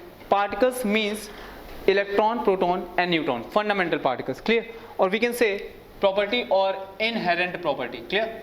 इनहेरेंट का मतलब है कि जब से ये पार्टिकल एग्जिस्टेंस में है तब से इन पार्टिकल्स के साथ ये प्रॉपर्टी है। Clear? Means charges are the inherent property of the particle due to which it shows electrical and magnetic phenomena. Clear? Charges जो हैं वो inherent property है, ठीक है, पार्टिकल्स की, फंडामेंटल पार्टिकल्स की, मीन्स इलेक्ट्रॉन, प्रोटॉन की। क्लियर? जिसकी वजह से वो इलेक्ट्रिकल और मैग्नेटिक फेनोमेना में पार्टिसिपेट करते हैं। क्लियर? फॉर एग्जांपल अगर हम बात करें, न्यूट्रॉन पे कोई चार्ज नहीं होता, तो आप खुद ये सोचिए कि क्या न्यूट्रॉन इलेक्ट्रिकल और मैग्नेटिक फेनोमेना में पार्टिसिपेट करता है? बिल्कुल नहीं करता है ना। ना ही उसका मैग्नेटिक कैरेक्टरिस्टिक होती है, ना ही मैग्नेटिक फील्ड की कैरेक्टरिस्टिक्स होती है उसके पास, ना ही वो इलेक्ट्रिक फील्ड की कैरेक्टरिस्टिक डेवलप कर पाता है। क्लियर? तो चार्जेस जो हैं वो प्रॉपर्टी है पार्टिकल की जिसकी वजह से वो इलेक्ट्रिकल और मैग्नेटिक फेनोमेना शो करता है। क्लियर? इलेक्ट्रॉन और प्रोटॉन दोनों ही इलेक्ट्रिकल और मैग्नेटिक फेनोमेना शो करते हैं, इस वजह से हम कह सकते हैं कि इनके पास चार्ज हैं। क्लियर? तो चार्ज इलेक्ट्रॉन पे जो होता है उसको हमने अगर नेगेटिव चार्ज बोला, क्लियर, क्योंकि इलेक्ट्रॉन और प्रोटॉन पे जो चार्ज होते हैं वो डिसिमिलर चार्ज होते हैं, वो सिमिलर नहीं होते हैं, वो अनलाइक चार्जेस होते हैं। तो अगर एक चार्ज को हम नेगेटिव बोलते हैं, हम बोल दें कि इलेक्ट्रॉन पे जो चार्ज होता है वो नेगेटिव होता है, तो प्रोटॉन पे जो चार्ज होगा वो पॉजिटिव चार्ज हो जाएगा। क्लियर? अच्छा, आगे आते हैं। ये जब डिस्कवरी हुई है प्रोटॉन और इलेक्ट्रॉन की तभी बता दिया गया था। क्लियर? आपने कैथोड रे एक्सपेरिमेंट पढ़ा होगा, एनोड रे एक्सपेरिमेंट केमिस्ट्री में पढ़ा होगा। क्लियर? वहां पे बताया गया था कि इलेक्ट्रॉन पे चार्ज नेगेटिव होता है और प्रोटॉन पे चार्ज पॉजिटिव होता है। क्लियर? इसके बाद अब हम समझते हैं कि प्रॉपर्टीज क्या होती हैं चार्जेस की प्रॉपर्टीज। तो पहली चीज तो ये, charges are conserved. Clear? Charges जो है वो डिसिपेट नहीं होते, वो कंजर्व्ड रहते हैं। फॉर एग्जांपल अगर हम एक एग्जांपल के से इसको समझें तो मान लीजिए एक बॉडी ए है। क्लियर? उस बॉडी ए पे 10 प्रोटॉन का चार्ज है प्लस 10 कूलॉम के आसपास 10 प्रोटॉन का चार्ज है प्लस 10 ई चार्ज है। Clear? 10 e we can say e is the charge on 1 electron और 1 proton. Clear? E means electronic charge. Clear? E से क्या होता है? ई मीन्स इलेक्ट्रॉनिक चार्ज, इसको समझिए, E for electronic charge. Clear? ये इलेक्ट्रॉनिक चार्ज जो ई है वो इलेक्ट्रॉनिक चार्ज है। इस इलेक्ट्रॉनिक चार्ज की जो वैल्यू होती है वो वैल्यू 1.6 इंटू 10 की पावर -19 कूलॉम के बराबर होती है। Clear? E is the electronic charge, means charge on 1 electron, clear, और charge on 1 proton, clear। तो E जो है वो एक इलेक्ट्रॉन या एक प्रोटॉन पे चार्ज आ गया। क्लियर? तो 1.6 × 10⁻⁹ कूलॉम चार्ज होता है और यूनिट जो चार्ज की है वो एज इट इज जैसे कूलॉम है वो यूनिट ऑफ चार्ज है ना। तो यहाँ पे इलेक्ट्रॉनिक चार्ज की वैल्यू आपको दी है 1.6 × 10⁻⁹ कूलॉम। ठीक, मान लीजिए कोई एक बॉडी है, एक बॉडी पे जो चार्ज है मान लीजिए वो +10 E है, मीन्स 10 इलेक्ट्रॉन का जो चार्ज होगा वो पॉजिटिव चार्ज इस बॉडी में है। क्लियर? Means 10 × 1.6 × 10⁻⁹ Coulomb. अभी हम मैग्नीट्यूड पे नहीं जा रहे हैं, हम सिंपल समझने की कोशिश कर रहे हैं कि इस बॉडी में अगर 10 इलेक्ट्रॉन का चार्ज है, क्लियर, पॉजिटिव चार्ज, अगर इस बॉडी को हमने दूसरी बॉडी से कनेक्ट कर दिया, क्लियर, तो क्या होगा? तो हो सकता है इस बॉडी का कुछ चार्ज इसमें चला जाए। क्लियर? हो सकता है ये बॉडी अगर A है, ये बॉडी अगर B है, क्लियर, और हमने इस बॉडी को इस बॉडी से कनेक्ट कर दिया, क्लियर, एक वायर से हमने कनेक्ट कर दिया, ठीक है, ये वायर कंडक्टिंग है, क्लियर, तो क्या होगा, इसके कुछ चार्ज इस बॉडी में आ जाएंगे, क्लियर, इसके कुछ चार्ज इस बॉडी में आ जाएंगे, ठीक है, तो मान लेते हैं कि कुछ चार्ज +5 इलेक्ट्रॉन इसमें बच गया और इस पे +5 इलेक्ट्रॉन आ गए, क्लियर, लेकिन ये जो चार्ज का डिस्ट्रीब्यूशन होगा ये इस तरीके से होगा कि चार्जेस डिसिपेट नहीं होंगे, मींस इनिशियल जितना चार्ज था उतना ही चार्ज इन दोनों सिस्टम का चार्ज मिला के भी होगा, क्लियर, मींस टोटल चार्ज जो है वो कंजर्व्ड है मींस चार्ज एक जगह से दूसरी जगह जा सकता है लेकिन चार्ज डिसिपेट नहीं होगा, दोनों जगह के चार्जेस का सम जो होगा ओवरऑल चार्जेस वो कंजर्व रहेंगे, वो डिस्टिंग्विश, वो बस अलग अलग हो गए हैं लेकिन डिसिपेट नहीं हुए हैं। ठीक उसी तरीके से जिस तरीके से एनर्जी जो है वो हमेशा कंजर्व रहती है, एक फॉर्म से दूसरे फॉर्म में चेंज हो जाती है, क्लियर, लेकिन रहती कंजर्व है ना, उसी तरीके से जो चार्ज हैं टोटल वो भी कंजर्व रहेंगे, एक जगह से दूसरी जगह जा सकते हैं लेकिन कंजर्व रहेंगे, क्लियर। जो दूसरी प्रॉपर्टी है चार्ज की गाइस वो ये है कि चार्जेस आर क्वांटाइज्ड, तो इसका मतलब समझते हैं कि क्वांटाइजेशन ऑफ चार्ज का क्या मतलब है, क्लियर, तो सिंपल सी थिंग है कि क्वांटाइज्ड मींस इनकी क्वांटिटी फिक्स है, clear, for example the smallest fundamental possible charge is 1 electronic charge, clear, means जो स्मॉलेस्ट पॉसिबल चार्ज होगा, जो अगर हम चार्ज को छोटे छोटे टुकड़े में बांटते चले जाएं तो जो सबसे स्मॉलेस्ट चार्ज होगा, जो सबसे स्मॉलेस्ट चार्ज होगा वो चार्ज एक इलेक्ट्रॉन पे चार्ज के बराबर होगा, उससे ज़्यादा और पीसेस एक चार्ज पार्टिकल के नहीं किए जा सकते, क्लियर, मीन्स जो चार्ज है smallest fundamental possible charge is 1 electronic charge, smallest fundamental possible charge is 1 electronic charge, मतलब एक इलेक्ट्रॉन पे जो चार्ज होता है 1.6 × 10⁻⁹ coulomb is the smallest fundamental charge, clear. अगर आपको टोटल चार्ज निकालना हो किसी बॉडी में टोटल चार्ज निकालना हो, Q से हम चार्ज को रिप्रेजेंट करते हैं, Q is the representation of charge, clear. तो अगर हमें किसी बॉडी पे चार्ज चाहिए, ठीक है, तो उस बॉडी में हम ये पता कर लें कि कितने इलेक्ट्रॉन्स या फिर कितने प्रोटॉन्स हैं, क्लियर, और हमें पता है जैसा कि एक इलेक्ट्रॉन पे चार्ज 1 इलेक्ट्रॉनिक चार्ज के बराबर होता है जिसकी वैल्यू ये है, क्लियर, और एक प्रोटॉन पे चार्ज भी 1 इलेक्ट्रॉनिक चार्ज होता है, बस साइन का अंतर आ जाता है, इलेक्ट्रॉन में जो चार्ज होता है गाइस वो निगेटिव होता है और प्रोटॉन में जो चार्ज होता है वो पॉजिटिव होता है, क्लियर। तो इस तरीके से हम नेट चार्ज निकाल सकते हैं, नेट चार्ज जो होगा किसी बॉडी पे that is Q = N × E, where N is the number of electronic charge means number of electrons और protons, clear, and E is itself a electronic charge, clear, means Ne, अगर हमने कहा कि water के एक molecule में कितना charge होगा तो वो आप खुद से निकाल सकते हो। सबसे पहले आप चेक करोगे वाटर के मॉलिक्यूल में कितने इलेक्ट्रॉन्स हैं कितने प्रोटॉन्स हैं, क्लियर। अगर हम बात करें वाटर की तो उसमें हाइड्रोजन के 2 एटम हैं, ऑक्सीजन का 1 एटम है, क्लियर। हाइड्रोजन के 2 एटम में 2 इलेक्ट्रॉन और 2 प्रोटॉन हो जाएंगे, क्लियर। एक न्यूमेरिकल हम देखेंगे समझ में आ जाएगा, ठीक है। हाइड्रोजन के 2 एटम में 2 इलेक्ट्रॉन्स 2 प्रोटॉन हो जाएंगे, ऑक्सीजन के 1 एटम में 8 इलेक्ट्रॉन्स मींस 8 इलेक्ट्रॉन और 8 प्रोटॉन हो जाएंगे, क्लियर। तो ये समझिए अब अगर टोटल मॉलिक्यूल की बात करें तो 10 इलेक्ट्रॉन और 10 प्रोटॉन आ चुके हैं एक मॉलिक्यूल में, क्लियर। तो इसकी वजह से अब जो चार्ज होगा एक मॉलिक्यूल में वो भी आप निकाल सकते हो, 10 इलेक्ट्रॉन का चार्ज हो जाएगा वो निगेटिव हो जाएगा और 10 प्रोटॉन का चार्ज हो जाएगा वो पॉजिटिव हो जाएगा। अगर आपसे पूछा गया कि एक मॉलिक्यूल में वाटर के कितना पॉजिटिव और कितना निगेटिव चार्ज होगा वो तो आप आराम से अब निकाल सकते हो, 10 इलेक्ट्रॉन और 10 प्रोटॉन का चार्ज निगेटिव और पॉजिटिव चार्ज हो चुका है। एक इलेक्ट्रॉन पे चार्ज 1 इलेक्ट्रॉनिक चार्ज होता है, एक प्रोटॉन पे चार्ज भी 1 इलेक्ट्रॉनिक चार्ज होता है, तो नेट पॉजिटिव और नेट निगेटिव चार्ज आप निकाल लोगे, है ना। लेकिन अगर इसमें आपसे पूछ दिया जाए कि वाटर में ओवरऑल कितना चार्ज होगा ओवरऑल, तो ओवरऑल जैसा कि आप जानते हो वाटर जो मॉलिक्यूल है वो खुद में न्यूट्रल मॉलिक्यूल है, ठीक है, पॉजिटिव और नेगेटिव चार्ज का मैग्नीट्यूड इक्वल है, तो ओवरऑल चार्ज की अगर हम बात करेंगे तो वो 0 चार्ज होगा, क्लियर। तो अब इस कंसेप्ट से आपको समझ में आ गया होगा, इस तरीके से आपको ये समझ में आ गया होगा कि क्वांटाइजेशन ऑफ चार्ज का क्या मतलब है। क्वांटाइजेशन ऑफ चार्ज का सिंपल सा ये मतलब है कि चार्ज जो है वो एक एक सबसे जो स्मॉलेस्ट यूनिट है चार्ज की वो 1 इलेक्ट्रॉनिक चार्ज है, क्लियर। और चार्ज जो है इसी क्वांटिटी के फॉर्म में होता है, इसी क्वांटाइजेशन के फॉर्म में होता है, क्लियर। तो अगर इस तरह के n पैकेट्स हैं आपके पास तो टोटल चार्ज Ne के बराबर हो जाएगा।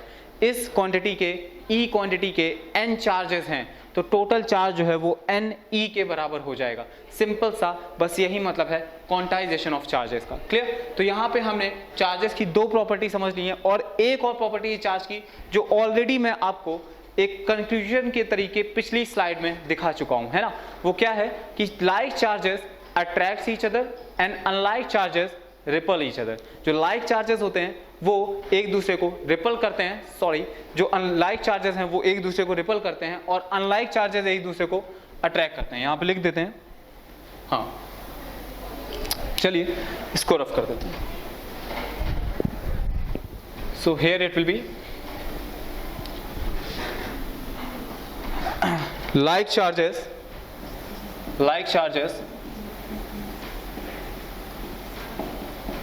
repels and unlike charges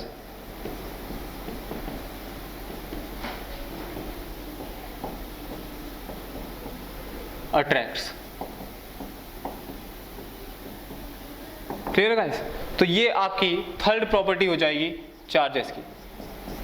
जो लाइक चार्जेस हैं वो एक दूसरे को रिपल करते हैं और जो अनलाइक चार्जेस हैं वो एक दूसरे को अट्रैक्ट करते हैं, जैसा कि इसमें हमें दिख रहा है, क्लियर। इलेक्ट्रॉन प्रोटॉन से एक दूसरे को अट्रैक्ट करेंगे, इलेक्ट्रॉन और इलेक्ट्रॉन एक दूसरे को रिपल करेंगे और प्रोटॉन्स एंड प्रोटॉन्स एक दूसरे को रिपल करेंगे, क्लियर। तो यहाँ तक हम बात कर चुके हैं चार्जेस की। अब हम आगे के कंसेप्ट में आएंगे। आगे अब हम क्या समझेंगे कि कंडक्टर्स और इंसुलेटर्स क्या होते हैं, क्लियर। तो कंडक्टर्स हम जानते हैं, जैसा कि कंडक्टर्स क्या होते हैं, the substance which conducts electricity, clear, और हीट, क्लियर। इंसुलेटर्स क्या होते हैं, insulators are the substance which does not conduct electricity and heat, clear. अब हम ये समझेंगे कि कंडक्टर्स में ऐसा क्या होता है जिसकी वजह से वो कंडक्टिंग नेचर के हो जाते हैं, क्लियर। तो समझते हैं कि इंसुलेटर्स में ऐसा क्या होता है कि जिसकी वजह से वो कंडक्ट नहीं कर पाते, क्लियर। बेसिकली अगर एक लाइन बोला जाए तो conductors have the free electrons and insulator do not have the free electrons, clear. तो समझने की कोशिश करते हैं कि ये फ्री इलेक्ट्रॉन कैसे आया, इसका क्या काम होता है, क्लियर। ये सब समझने की कोशिश करते हैं हम कंडक्टर्स और इंसुलेटर्स में, क्लियर। ओके स्टूडेंट, तो हम पहला न्यूमेरिकल देखते हैं अपना इस कंसेप्ट पे, ठीक है। तो इस न्यूमेरिकल में क्या है, सबसे पहली चीज एक ये सजेशन है कि आप वीडियो पॉज करके खुद से न्यूमेरिकल सॉल्व कीजिए, उसके बाद सॉल्यूशन पे आइएगा, ठीक है। तो समझते हैं कि क्या है कि तो क्या लिखा है कि how much positive and negative charge is there in a cup of water having 250 gram of water. Means एक कप है वाटर का जिसमें 250 ग्राम वाटर है, उस कप में कितना पॉजिटिव और कितना नेगेटिव चार्ज होगा, क्लियर। तो सबसे पहले जरा ये समझते हैं कि वाटर का एक मॉलिक्यूल है, अगर वाटर का अगर एक मॉलिक्यूल है तो इस मॉलिक्यूल में कितना टोटल पॉजिटिव और कितना नेगेटिव चार्ज होगा इस एक मॉलिक्यूल में, क्लियर। तो इस एक मॉलिक्यूल में गाइस, इसमें दो एटम हाइड्रोजन के हैं और एक एटम ऑक्सीजन का है, क्लियर। तो इस दो एटम हाइड्रोजन में 2 इलेक्ट्रॉन्स और 2 प्रोटॉन्स होंगे, क्योंकि हाइड्रोजन का एटॉमिक नंबर 1 होता है, क्लियर। तो एक हाइड्रोजन के एटम में 1 इलेक्ट्रॉन और 1 प्रोटॉन हो जाएगा, तो यहाँ पे 2 इलेक्ट्रॉन्स और 2 प्रोटॉन्स होंगे। इसी तरह से अगर हम ऑक्सीजन की बात करें तो ऑक्सीजन के एक एटम में 8 इलेक्ट्रॉन्स और 8 प्रोटॉन्स हो जाएंगे, क्लियर। 8 इलेक्ट्रॉन्स और 8 प्रोटॉन्स हो जाएंगे। तो ओवरऑल अगर हम एक मॉलिक्यूल की बात करते हैं तो इसमें 10 इलेक्ट्रॉन्स, ठीक है, और 10 प्रोटॉन्स हो जाएंगे, क्लियर है गाइस, ठीक। तो अब हम क्या करने वाले हैं, अब हम चेक करने वाले हैं कि इस 250 ग्राम ऑफ वाटर में कितने मॉलिक्यूल्स होंगे वाटर के, क्लियर। एक मॉलिक्यूल में हमने देख लिया कि 1 इलेक्ट्रॉन और 1 प्रोटॉन होगा, तो अब 250 ग्राम ऑफ वाटर में कितने मॉलिक्यूल्स होंगे हम ये निकालते हैं, क्लियर। तो समझने की कोशिश करते हैं, थोड़ा सा मोल कंसेप्ट का इसमें यूज होगा, ठीक है। तो मोल कंसेप्ट एक बार समझ लेते हैं जल्दी से। Number of moles, small n is for number of moles. Moles का जो फॉर्मूला होता है, क्लियर, वो क्या होता है, वो होता है given weight in gram upon molecular mass. Given weight in gram, this will be given weight in gram upon molecular mass. Clear? This will be molecular mass of substance. जैसा कि इस क्वेश्चन में हमारा substance जो है वो water है. Clear? तो इस केस में जो मोलिकुलर मास होगा वो 18 हो जाएगा. वाटर का मोलिकुलर मास 18 होता है. क्लियर? तो this will be equal to n number of molecules upon Na Avogadro number. Na की जो वैल्यू होती है वो कितनी होती है? 6.023 into 10 to the power 23. Clear? Na is Avogadro number. Clear? And capital N is number of molecules. This will be number of molecules. तो students जैसा कि इस क्वेश्चन में हमें नंबर ऑफ मॉलिक्यूल्स निकालने हैं 250 ग्राम ऑफ वाटर में. Clear? तो हम इस फॉर्मूले का यूज करने वाले हैं. Clear? Means number of moles is equal to gram upon molecular mass is equal to number of molecules upon Avogadro number. Clear? तो अब हमें नंबर ऑफ मॉलिक्यूल्स चाहिए, तो सबसे पहले नंबर ऑफ मोल्स चेक कर लेंगे. नंबर ऑफ मोल्स जो हो जाएंगे वो हो जाएंगे 250 ग्राम अपॉन मॉलिक्यूलर मास इज 18. इतने मोल्स हो जाएंगे वाटर के, इतने मोल्स हो जाएंगे वाटर के 250 ग्राम में. क्लियर? अब नंबर ऑफ मॉलिक्यूल्स जो हैं वो हो जाएंगे Na times number of moles. Means this will be 6.023 into 10 to the power 23 into 250 upon 18. इतने मॉलिक्यूल्स हो जाएंगे वाटर के 250 ग्राम में. क्लियर? अब एक मॉलिक्यूल में अगर 10 इलेक्ट्रॉन और 10 प्रोटॉन हैं तो इतने मॉलिक्यूल्स में कितने इलेक्ट्रॉन्स और कितने प्रोटॉन्स हो जाएंगे ये आप समझ गए होंगे. Clear? 6.023 into 10 to the power 23 into 250 divide by 18 into 10 electrons और प्रोटॉन्स हो जाएंगे. तो टोटल पॉजिटिव और टोटल नेगेटिव चार्ज अगर हम एक लाइन में लिखें तो टोटल पॉजिटिव और टोटल नेगेटिव चार्ज. गाइस मैंने यहाँ इक्वल टू का साइन इसलिए लगाया है क्योंकि आपको समझ में आ रहा होगा कि जितने इलेक्ट्रॉन्स हैं उतने ही प्रोटॉन हैं, तो जितने इलेक्ट्रॉन पे चार्ज होगा उतना ही प्रोटॉन पे भी चार्ज होता है. इस वजह से टोटल पॉजिटिव और टोटल नेगेटिव चार्ज भी इक्वल हो जाएगा. क्लियर? तो total positive charge is equal to total negative charge. This will be equal to 6.023 into 10 to the power 23 divided by 18 into 250. This will be number of molecules into 10 because एक molecule में 10 electron या 10 proton है into 1 electronic charge 1.6 into 10 to the power minus 19 coulomb. Clear? तो इतना charge आपका एक electron और एक टोटल इतना टोटल चार्ज आ जाएगा आपका 250 ग्राम ऑफ वाटर में. टोटल चार्ज आ जाएगा 250 ग्राम ऑफ वाटर में. इसको सॉल्व कर लीजिए और जल्दी से यहाँ पे आंसर लिखिए. It will be equal to 1.34 into 10 to the power 7 electron. It will be equal to 1.34 into 10 to the power 7 coulomb का चार्ज यहाँ पे आपका आ जाएगा. ये अपना आंसर है. This will be your answer. Clear? तो इस क्वेश्चन में हमने क्या क्या समझा. इस क्वेश्चन में बेसिकली थोड़ा सा मोल कंसेप्ट का यूज हुआ है, बाकी आप जानते हो अच्छे से. ठीक है? इस क्वेश्चन को मैंने इसलिए उठाया क्योंकि आपको क्वांटाइजेशन ऑफ चार्ज का जो कंसेप्ट है वो क्लियर हो जाए. Means Q is equal to N. मतलब अगर आपको सिस्टम में नंबर ऑफ इलेक्ट्रॉन्स पता है तो आप टोटल चार्ज निकाल लोगे Q equal to N use करके. क्लियर? मींस जिस तरह से यहाँ एक वाटर के मॉलिक्यूल में अगर टोटल नेगेटिव चार्ज पूछा जाए एक वाटर के मॉलिक्यूल में तो वो 10 into E हो जाएगा. Means 10 electron into charge on 1 electron. इसी तरह से अगर एक वाटर के मॉलिक्यूल में आपसे टोटल पॉजिटिव चार्ज भी पूछा जाए तो वो भी सीधे 10 into E हो जाएगा. मींस इलेक्ट्रॉनिक चार्ज, क्योंकि एक ही electronic charge 1.6 into 10 power minus 19 coulomb ही एक इलेक्ट्रॉन और एक प्रोटॉन में होता है. क्लियर? तो इस तरह से स्टूडेंट्स आप निकाल सकते हो टोटल चार्ज 250 ग्राम में कितना होगा. कुछ नहीं करना है, बस 250 ग्राम में हमें नंबर ऑफ मोल्स और उस नंबर ऑफ मोल्स से नंबर ऑफ मॉलिक्यूल्स निकालने हैं.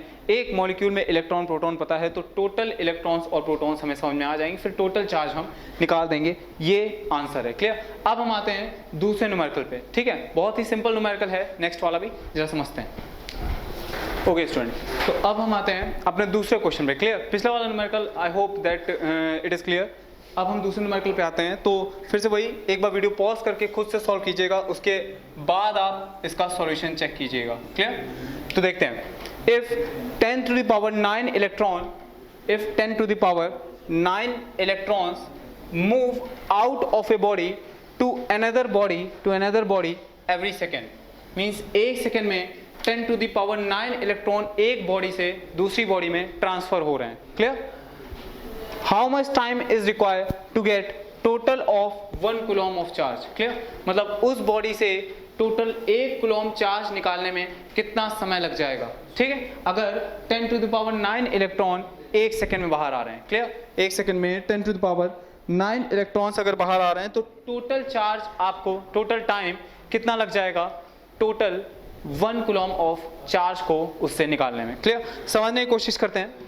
तो 10 to the power 9 electron, 10 to the power 9 electron in 1 second एक बॉडी से दूसरी बॉडी में ट्रांसफर हो रहे हैं। सपोज एक बॉडी ए है, दूसरी बॉडी बी है।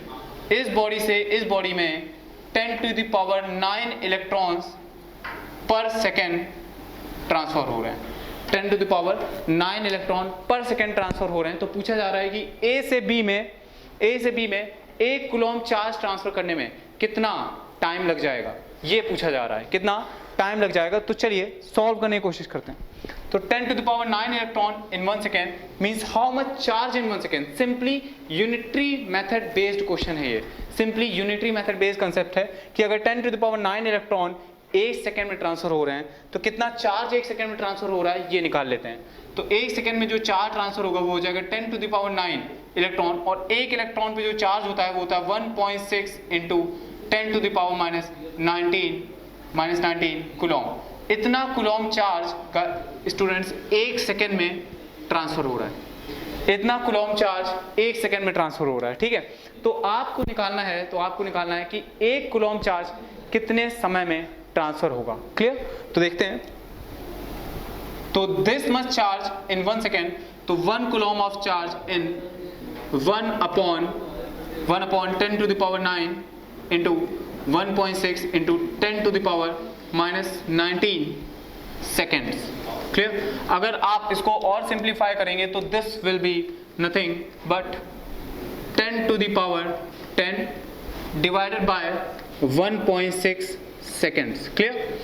तो स्टूडेंट्स मुझे इसका आंसर जो है वो ईयर्स में चाहिए। इसका आंसर आपको सेकेंड में नहीं निकालना है, इसका आंसर ईयर में निकालिए। ठीक है, उससे हमारे पास एक अच्छा सा कंक्लूजन निकल के आएगा इस एग्जाम्पल को लेते हुए। क्लियर? वो इंपॉर्टेंट है। चलिए देखते हैं, समझते हैं। इसको ईयर्स में आंसर चाहिए हमें। ठीक है, तो how much seconds, how much year we have to find. तो 10 to the power 10 upon 1.6 seconds. Clear? In seconds को पहले हम मिनट में कन्वर्ट करेंगे by dividing it by 60, because 1 minute में 60 सेकेंड होते हैं, 1 सेकेंड में 1/60 मिनट होते हैं। तो dividing it by 60, again minute को आवर्स में कन्वर्ट करना पड़ेगा, डिवाइडेड बाय 60 अगेन। क्लियर? फिर ये इतने आवर्स आ चुके हैं, अब इतने आवर्स को हमें डेज में कन्वर्ट करना है, मींस डिवाइडेड बाय 24। इतने डेज को अब हमें ईयर्स में कन्वर्ट करना है, means dividing by 365। Clear? Dividing by 365। तो गाइस ये इतने ईयर्स का टाइम हमको लग जाएगा, और ये जो आंसर आएगा इसका वो आप निकाल के देखिए, क्या वो अप्रोक्सीमेटली 198 ईयर आ रहा है। अप्रोक्सीमेटली 198 ईयर्स के अप्रोक्स आ रहा होगा। देखिए, clear? This will be your answer. ठीक है, अब इस आंसर से जो समझने वाली बात है, जो कंक्लूड करने की चीज है वो ये है।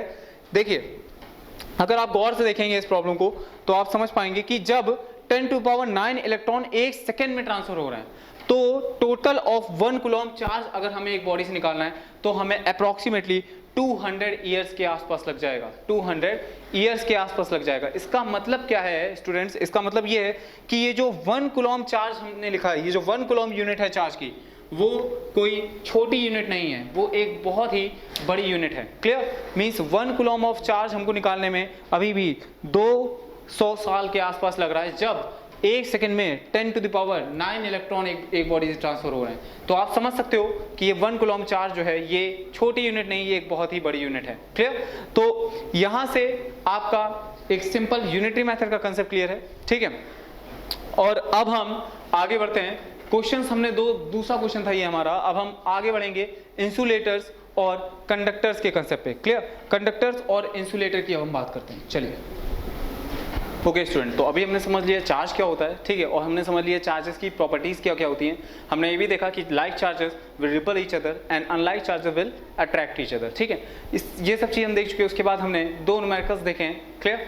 चार्जेस पे ही, ठीक है, चार्जेस पे बेस्ड हमने Q इक्वल टू एनी पे सिंपल 2 न्यूमेरिकल देखे हैं। क्लियर? हमें ये भी पता है एक इलेक्ट्रॉन पे जो चार्ज होता है उसकी value 1.6 into 10 to the power minus 19 coulomb होती है। इतना ही चार्ज एक प्रोटॉन पे भी होता है। क्लियर? अब हम ये समझते हैं कि कंडक्टर्स और इंसुलेटर्स क्या होते हैं। तो देखते हैं कंडक्टर्स। तो सबसे पहले ये समझिए कि ये एक मेटल का बार है। जनरली हम क्या जानते हैं कि जो मेटल्स होते हैं वो हमारे कंडक्टर्स होते हैं। क्लियर? आपको ये भी समझ में आ जाएगा कि क्यों मेटल कंडक्टर्स होते हैं। एक्चुअली मेटल्स जो होते हैं वो हमारे एस ब्लॉक के एलिमेंट्स होते हैं। एस ब्लॉक के एलिमेंट्स इन सेंस जिनके आउटर मोस्ट शेल में 1 इलेक्ट्रॉन या फिर 2 इलेक्ट्रॉन्स हों। क्लियर? क्योंकि वो इलेक्ट्रॉन्स जो होते हैं वो आउटर मोस्ट शेल को लीव करके वो लैटिस में आ जाते हैं। इसकी वजह से क्या होता है कि फ्री इलेक्ट्रॉन मिल जाता है हमको। मेटल के बार्स में हमें फ्री इलेक्ट्रॉन मिल जाता है। सपोज ये एक मेटल का बार है, एक मेटल का टुकड़ा है। क्लियर? तो अब इसमें क्या हम ऑब्जर्व कर रहे हैं कि ये जो एटम्स, ये मेटल के एटम्स हैं। क्या हैं? ये मेटल के एटम्स हैं और ये उन एटम से जुड़े हुए इलेक्ट्रॉन्स हैं। ठीक है? ये एटम, ये उसका इलेक्ट्रॉन, ये एटम, ये उसका इलेक्ट्रॉन, ये एटम और ये उसका इलेक्ट्रॉन्स। इस तरह से जो एटम है उसको हमने पॉजिटिव चार्ज से दिखा दिया है, क्योंकि जब वो एटम अपने आउटर मोस्ट इलेक्ट्रॉन को छोड़ देगा तो जो बचेगा सिस्टम वो पॉजिटिवली चार्ज होगा। क्लियर? तो इस तरीके से ये उसका एटम और उसका इलेक्ट्रॉन हमने दिखाया है। इस तरीके से यहाँ काफी सारे एटम्स होंगे, तो अभी हमने इतने एटम्स इस बार में दिखाए हैं। क्लियर? तो अब आप ये समझने की कोशिश कीजिए। अब आप ये समझिए कि ये जो इलेक्ट्रॉन है ये इस एटम से तो बॉन्डेड है ही, ये इस एटम से तो बॉन्डेड है ही, लेकिन ये इलेक्ट्रॉन इस कर्नल से भी कुछ अट्रैक्शन फील कर रहा होगा। क्लियर? इस वजह से ये इलेक्ट्रॉन जो है ये टोटली फ्री इलेक्ट्रॉन हो जाता है। आउटर मोस्ट शेल का इलेक्ट्रॉन मेटल्स में या कंडक्टर्स में फ्री इलेक्ट्रॉन की तरह ट्रीट करता है। इसका मतलब ये इलेक्ट्रॉन पूरे लैटिस में, पूरे मेटल में कहीं पे भी ट्रेवल कर सकता है। मींस कंडक्टर्स में सबसे पहले तो क्या होगा, जो सबसे इंपॉर्टेंट चीज है वो ये है कि कंडक्टर्स है free electrons. Free electrons means इनका जो एटम है उसके आउटर मोस्ट शेल में 1 या 2 इलेक्ट्रॉन होंगे जिनको वो रिलीज कर देंगे। क्लियर? इस तरह से एटम में जो मेटल्स होते हैं उनमें फ्री इलेक्ट्रॉन होता है। क्लियर? और वो इलेक्ट्रॉन रैंडम मोशन में होगा। वो इलेक्ट्रॉन गाइस रैंडम मोशन में होगा। स्टूडेंट्स, किस तरह का रैंडम मोशन होगा ये अब समझते हैं। तो देखिए, ये जो इलेक्ट्रॉन है ये फ्री है। क्लियर? ये इलेक्ट्रॉन इस पॉजिटिव चार्ज से तो अट्रैक्शन फील ही कर रहा होगा। इस पॉजिटिव जो एटम बचा हुआ है उसको हम कर्नल्स बोलते हैं। क्या बोलते हैं? उसको हम बोलते हैं कर्नल्स। जो पॉजिटिव चार्ज है, जो पॉजिटिव चार्ज एटम बचा हुआ है उसको हम कर्नल्स बोलेंगे। क्लियर? तो ये इलेक्ट्रॉन जो है ये इस कर्नल के साथ तो अट्रैक्शन में है ही, बल्कि इस कर्नल के साथ भी अट्रैक्शन में है, इस कर्नल के साथ भी अट्रैक्शन में है, इस कर्नल के साथ, और इस तरह से ये इलेक्ट्रॉन हर कर्नल के साथ अट्रैक्शन में होगा, क्योंकि ये फ्री है। क्लियर? ये फ्री है, ये फ्रीली मूव करेगा। क्लियर? इसी तरह से ये सारे जो इलेक्ट्रॉन्स हैं, इसी तरह से ये सारे जो इलेक्ट्रॉन्स हैं ये फ्री रैंडम मोशन में होंगे। रैंडम मोशन का मतलब सिंपल इतना है कि मोशन इस इलेक्ट्रॉन का जिग-जैग मोशन होने वाला है, जिग-जैग टाइप ऑफ मोशन होगा। क्लियर? और उस मोशन की एक खास बात होगी। वो खास बात क्या है कि अगर हम इस क्रॉस सेक्शन को देख रहे हैं, अगर हम ये जो डॉटेड लाइन मैंने बना रखी है, अगर हम सिर्फ इस क्रॉस सेक्शन को ऑब्जर्व कर रहे हैं, क्लियर, तो इस क्रॉस सेक्शन में जितने इलेक्ट्रॉन्स 1 सेकंड में राइट साइड मूव करेंगे उतने ही इलेक्ट्रॉन 1 सेकंड में लेफ्ट साइड भी मूव करेंगे, है ना। जितने इलेक्ट्रॉन राइट साइड मूव करेंगे उतने ही इलेक्ट्रॉन लेफ्ट साइड मूव करेंगे। इसका मतलब सिर्फ इतना है सिंपल सा कि पर्टिकुलर क्रॉस सेक्शन में जो नेट करंट होगी वो जीरो होगी। मोशन तो रैंडम होगा लेकिन नेट करंट भी जीरो होगी। इसका मतलब कोई भी करंट नहीं होगा। नेट फ्लो ऑफ इलेक्ट्रॉन अगर हम ऑब्जर्व करेंगे तो वो अभी भी जीरो ही होगा। जितने इलेक्ट्रॉन 1 सेकंड में उस साइड जाएंगे उतने ही इलेक्ट्रॉन 1 सेकंड में इस साइड भी आएंगे। इस स्टेट को हम स्टेडी स्टेट बोलते हैं। क्या बोलते हैं? Steady state. क्लियर? तो पहली चीज कि फ्री इलेक्ट्रॉन्स होंगे कंडक्टर्स में। दूसरी चीज इंपॉर्टेंट है, रैंडम मोशन होगा इलेक्ट्रॉन्स का। कैसा मोशन होगा मैंने ऑलरेडी आपको बता दिया है। Third thing is this, less attractive force between colonel's and electron.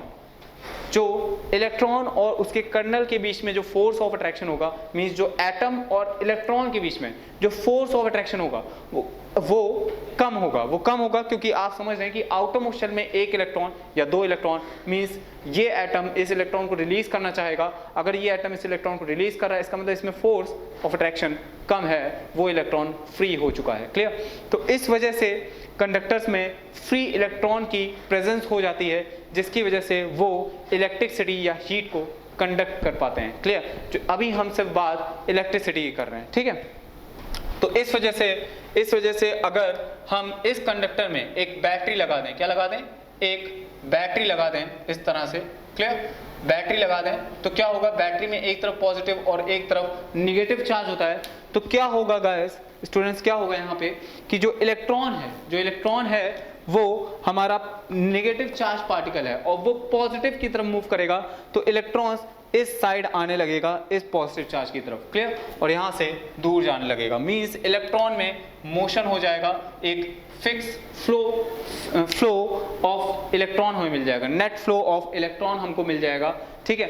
तो अब हम बोल सकते हैं कि इसमें कंडक्ट हो रहे हैं इलेक्ट्रॉन, इस वजह से ये कंडक्टर है, क्योंकि इसमें फ्री इलेक्ट्रॉन्स हैं। अगर यही सिचुएशन स्टूडेंट्स, अगर यही सेम सिचुएशन आपके इंसुलेटर्स में हो जाए, तब क्या होगा समझते हैं। तो insulators have more attractive force between colonel's and electron, means insulators में कोई भी फ्री इलेक्ट्रॉन नहीं होता है। इंसुलेटर में जो उसका एटम है और इलेक्ट्रॉन है, उसके बीच में फोर्स ज्यादा होता है। क्लियर? फोर्स ज्यादा होता है, जिसकी वजह से वो इलेक्ट्रॉन फ्री नहीं हो पाता है। अब जब इलेक्ट्रॉन ही फ्री नहीं है तो आप ही बताइए, तो फिर इलेक्ट्रॉन कंडक्ट कैसे करेगा? क्लियर? इस वजह से जो इंसुलेटर्स होते हैं उसमें इलेक्ट्रॉन कंडक्ट नहीं करता। आपकी जो इंसुलेटर के एग्जांपल हैं, जिस तरह से कंडक्टर का एग्जांपल मेटल से आ जाते हैं, उसी तरह से इंसुलेटर के जो एग्जांपल्स हैं वो रबर हो सकती है, प्लास्टिक हो सकती है, क्लियर, और वुड हो सकता है। Lots of examples are there of insulator. Clear? तो ये आपका इंसुलेटर हो जाएगा। सच दैट, आगे पढ़ते हैं, such that when battery is applied electron not leave their kernels. Clear? जब इंसुलेटर में हम बैटरी लगाएंगे तो इलेक्ट्रॉन अपने कर्नल्स को लीव नहीं करेंगे, किसमें? इंसुलेटर में। क्लियर? तो अब समझते हैं, इस वजह से जो कंडक्टर्स है उसमें इलेक्ट्रॉन का सी होगा, एक बहुत सारे डिस्ट्रीब्यूटेड इलेक्ट्रॉन्स होंगे यहाँ पे, किसमें? मेटल्स में, या फिर हम कह सकते हैं कंडक्टर्स में। दूसरी चीज, पहली चीज तो ये हो गई। दूसरी चीज, मेटेलिक बॉन्ड होता है। मेटेलिक बॉन्ड मींस ये इलेक्ट्रॉन इस कर्नल से भी बॉन्डेड है, ये इलेक्ट्रॉन गाइस इस कर्नल से भी बॉन्डेड है, यही इलेक्ट्रॉन इस कर्नल से भी बॉन्डेड है। इस वजह से ये जो कर्नल्स हैं ये आपस में भी बॉन्डेड होंगे। मींस इस बार जो एटम्स के बीच में जो बॉन्डिंग होगी वो एक अलग तरह की बॉन्डिंग होगी। उस बॉन्डिंग को कहते हैं मेटेलिक बॉन्डिंग। क्लियर? बहुत ही स्टेबल बॉन्डिंग होती है, और स्ट्रॉन्ग बॉन्ड होता है ये, जिसकी वजह से ये जो मेटेलिक सब्सटेंस होते हैं ये काफी हार्डर हो जाते हैं। ठीक है? हार्ड हो जाते हैं, स्ट्रॉन्ग हो जाते हैं। क्लियर? तो ये आपको समझ में आ रहा होगा यहाँ पे कि कंडक्टर्स और इंसुलेटर्स में क्या क्या अंतर होता है। क्लियर? क्या किसी इंसुलेटर को कंडक्टर की तरह यूज किया जा सकता है? जी हाँ, अगर हम टेम्परेचर बढ़ाएं तो उसमें भी फ्री इलेक्ट्रॉन्स जनरेट होने की पॉसिबिलिटी होती है। क्लियर? इंसुलेटर्स में भी फ्री इलेक्ट्रॉन्स जनरेट होने की पॉसिबिलिटी होती है, लेकिन टेम्परेचर हाई करना पड़ेगा। क्लियर? तो ये चीज है कंडक्टर्स और इंसुलेटर्स में। क्लियर? अभी हमने इन कंडक्टर्स की इलेक्ट्रोस्टैटिक के बारे में बिल्कुल चर्चा नहीं करी है। क्लियर? अभी हम सिर्फ सिंपली देख रहे हैं कि कंडक्टर्स और इंसुलेटर्स एक्चुअली होते क्या हैं, है ना? तो अब हम आगे समझने की कोशिश करेंगे। आगे एक हमारा टॉपिक भी होगा अलग से, इलेक्ट्रोस्टैटिक ऑफ कंडक्टर्स। क्लियर? जिसमें हम बात करेंगे इलेक्ट्रिक फील्ड ऑफ कंडक्टर के बारे में। अगर कंडक्टर में हम कोई चार्ज रख दें तो उस पर क्या डिस्ट्रीब्यूशन होगा चार्ज का। क्लियर? तो फॉर एग्जाम्पल वो हम अभी भी देख सकते हैं। समझिए कि मान लीजिए ये कोई कंडक्टिंग स्फीयर है भाई। क्लियर? अब हमने क्या करा, इस स्फीयर में हमने कुछ चार्ज रख दिया, पॉजिटिव चार्ज रख दिया। क्लियर? तो क्योंकि ये जो स्फीयर है ये कंडक्टिंग नेचर का है। कैसा है? कंडक्टिंग नेचर का। इस वजह से ये जो चार्ज पार्टिकल है ये आपस में रिपल्शन फील करेगा। क्या फील करेगा? रिपल्शन फील करेगा। तो ये जो चार्ज है ये डिस्ट्रीब्यूट होना चाहेगा, ये चार्ज पार्टिकल दूर जाना चाहेगा। क्लियर? तो इस वजह से, क्योंकि ये कंडक्टर है, इस वजह से क्या होगा, ये चार्ज पार्टिकल जो है पॉजिटिव चार्ज, ये पूरी सरफेस पे कंडक्टर की इक्वली डिस्ट्रीब्यूट हो जाएगा, यूनिफॉर्मली डिस्ट्रीब्यूट हो जाएगा। मींस ये चार्ज पार्टिकल क्योंकि मूवेबल है, ठीक है, क्योंकि मूवेबल है, इस वजह से ये कंडक्टर की सरफेस पे चला जाएगा, ठीक है, अंदर कोई चार्ज नहीं होगा, क्लियर। तो अगर हम प्लस 10 प्रोटॉन का चार्ज, प्लस 10 ई चार्ज अगर हम यहाँ रख दें अंदर, तो वो 10 इलेक्ट्रॉन का चार्ज सरफेस पे आ जाएगा, समझो, क्लियर। वो 10 इलेक्ट्रॉन का चार्ज जो है वो सरफेस पे आ जाएगा, इसको बोलते हैं uniformly distribution of charge on the surface of conductor, clear. Means जो चार्ज है कंडक्टर्स का वो यूनिफॉर्मली सरफेस पे डिस्ट्रीब्यूटेड हो जाएगा, क्लियर। अगर इसी केस में अगर हम इंसुलेटर्स में होते, अगर इंसुलेटर में हम कोई चार्ज रख देते plus 10 electron, clear, plus 10 electron इस पे रखा, तो ये तो सरफेस पे चला गया, लेकिन अगर इंसुलेटर में हम 10 इलेक्ट्रॉन का चार्ज रख दें तो वो चार्ज कहीं नहीं जाएगा, आप जहां रख दोगे एज इट इज वहीं बना रहेगा, क्योंकि इसमें चार्जेस का मूवमेंट नहीं हो सकता, क्लियर। इंसुलेटर्स में चार्ज मूव नहीं कर सकते हैं, लेकिन कंडक्टर्स में चार्ज मूव कर सकते हैं। इस वजह से जब कंडक्टर्स में आप 10 इलेक्ट्रॉनिक चार्ज उसके सेंटर पे रख रहे हो, स्फेरिकल कंडक्टर है उसके सेंटर पे, तो वो चार्ज अपने आप सरफेस पे डिस्ट्रीब्यूट हो जाएगा यूनिफॉर्मली, क्लियर। लेकिन अगर यही काम आप इंसुलेटर के साथ कर रहे हैं तो वो चार्ज कहीं नहीं जाएगा, जहां आप रख दोगे एज इट इज वहीं बना रहेगा, क्लियर। तो गाइस सिंपल सी बात है ना, एकदम सिंपल सी बात है कि इंसुलेटर क्या होते हैं जिसमें चार्ज कंडक्ट नहीं करता, कंडक्टर्स क्या होते हैं जिसमें चार्ज कंडक्ट करता है। कंडक्टर्स में अगर चार्ज रख रहे हो यूनिफॉर्मली डिस्ट्रीब्यूशन ऑफ चार्ज हो जाएगा, अगर आप इंसुलेटर में चार्ज रख रहे हो तो कुछ चार्ज डिस्ट्रीब्यूट नहीं होगा, क्लियर। ध्यान रहे बाहर से कोई electric field system, electric force नहीं लग रहा है, आइसोलेटेड सिस्टम की बात हम यहाँ कर रहे थे, क्लियर। अब हम आगे बढ़ते हैं चार्ज की बात कर चुके हैं, कंडक्टर्स की बात कर चुके हैं स्टूडेंट्स, अब हम इंसुलेटर्स की बात कर चुके हैं। अब हम आगे बात करने जा रहे हैं how to charge an object, clear. आपने सर्दियों में देखा होगा जब वुलन क्लोथ्स को आप उतारते हो, मान लो लाइट चली गई है, क्लियर, और आप वुलन क्लोथ्स उतार रहे हो, क्लियर, तो वुलन आप लाइट ऑफ करके जब वुलन क्लोथ्स में अपने फिंगर्स को टच कराते हो तो आपको चार्ज फील होता है, क्लियर। अगर नहीं फील होता तो आप लाइट बंद करो, ठीक है, और उसमें आप जब टच करोगे वुलन क्लोथ्स को तब आपको उसमें समझ में आएगा उसमें लाइटनिंग होती है, क्लियर। वो लाइटनिंग क्यों होती है, क्योंकि वो जो आपकी जैकेट है वो चार्ज हो चुकी है, क्लियर। हम अगर दूसरा एग्जांपल लें तो छोटे में आप लोग ने एक बहुत खेल खेला होगा कि आपने अपने स्केल को अपने हेयर में रब करके पीस ऑफ पेपर्स के ऊपर फ्लो कराया होगा, तो आपको समझ में आया होगा कि जो पीसेस हैं पेपर के वो अट्रैक्ट हो रहे हैं स्केल की तरफ, किया होगा आपने, क्लियर। या फिर स्केल को आपने रफ करा के जब पीसेस ऑफ पेपर पे आप ले गए होगे तो सिंपली आपने देखा होगा कि जो पेपर्स हैं, जो पीसेस हैं पेपर के, वो अट्रैक्ट हो रहे हैं स्केल से।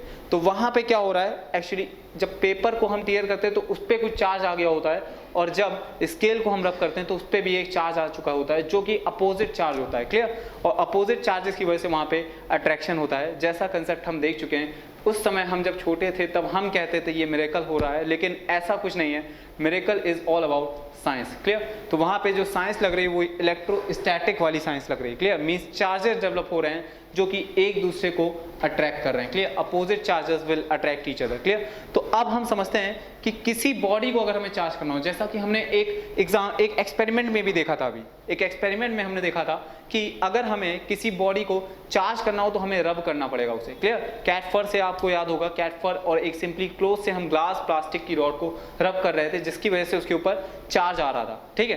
तो अब हम समझते हैं कि किसी बॉडी को हमें चार्ज कैसे करना है, क्लियर। तो कुछ स्टेप्स हैं, ठीक है, कुछ मेथड्स हैं चार्जिंग के, charging by friction, charging by conduction, charging by induction. तो एक एक करके इन मेथड्स को हम समझते हैं, क्लियर।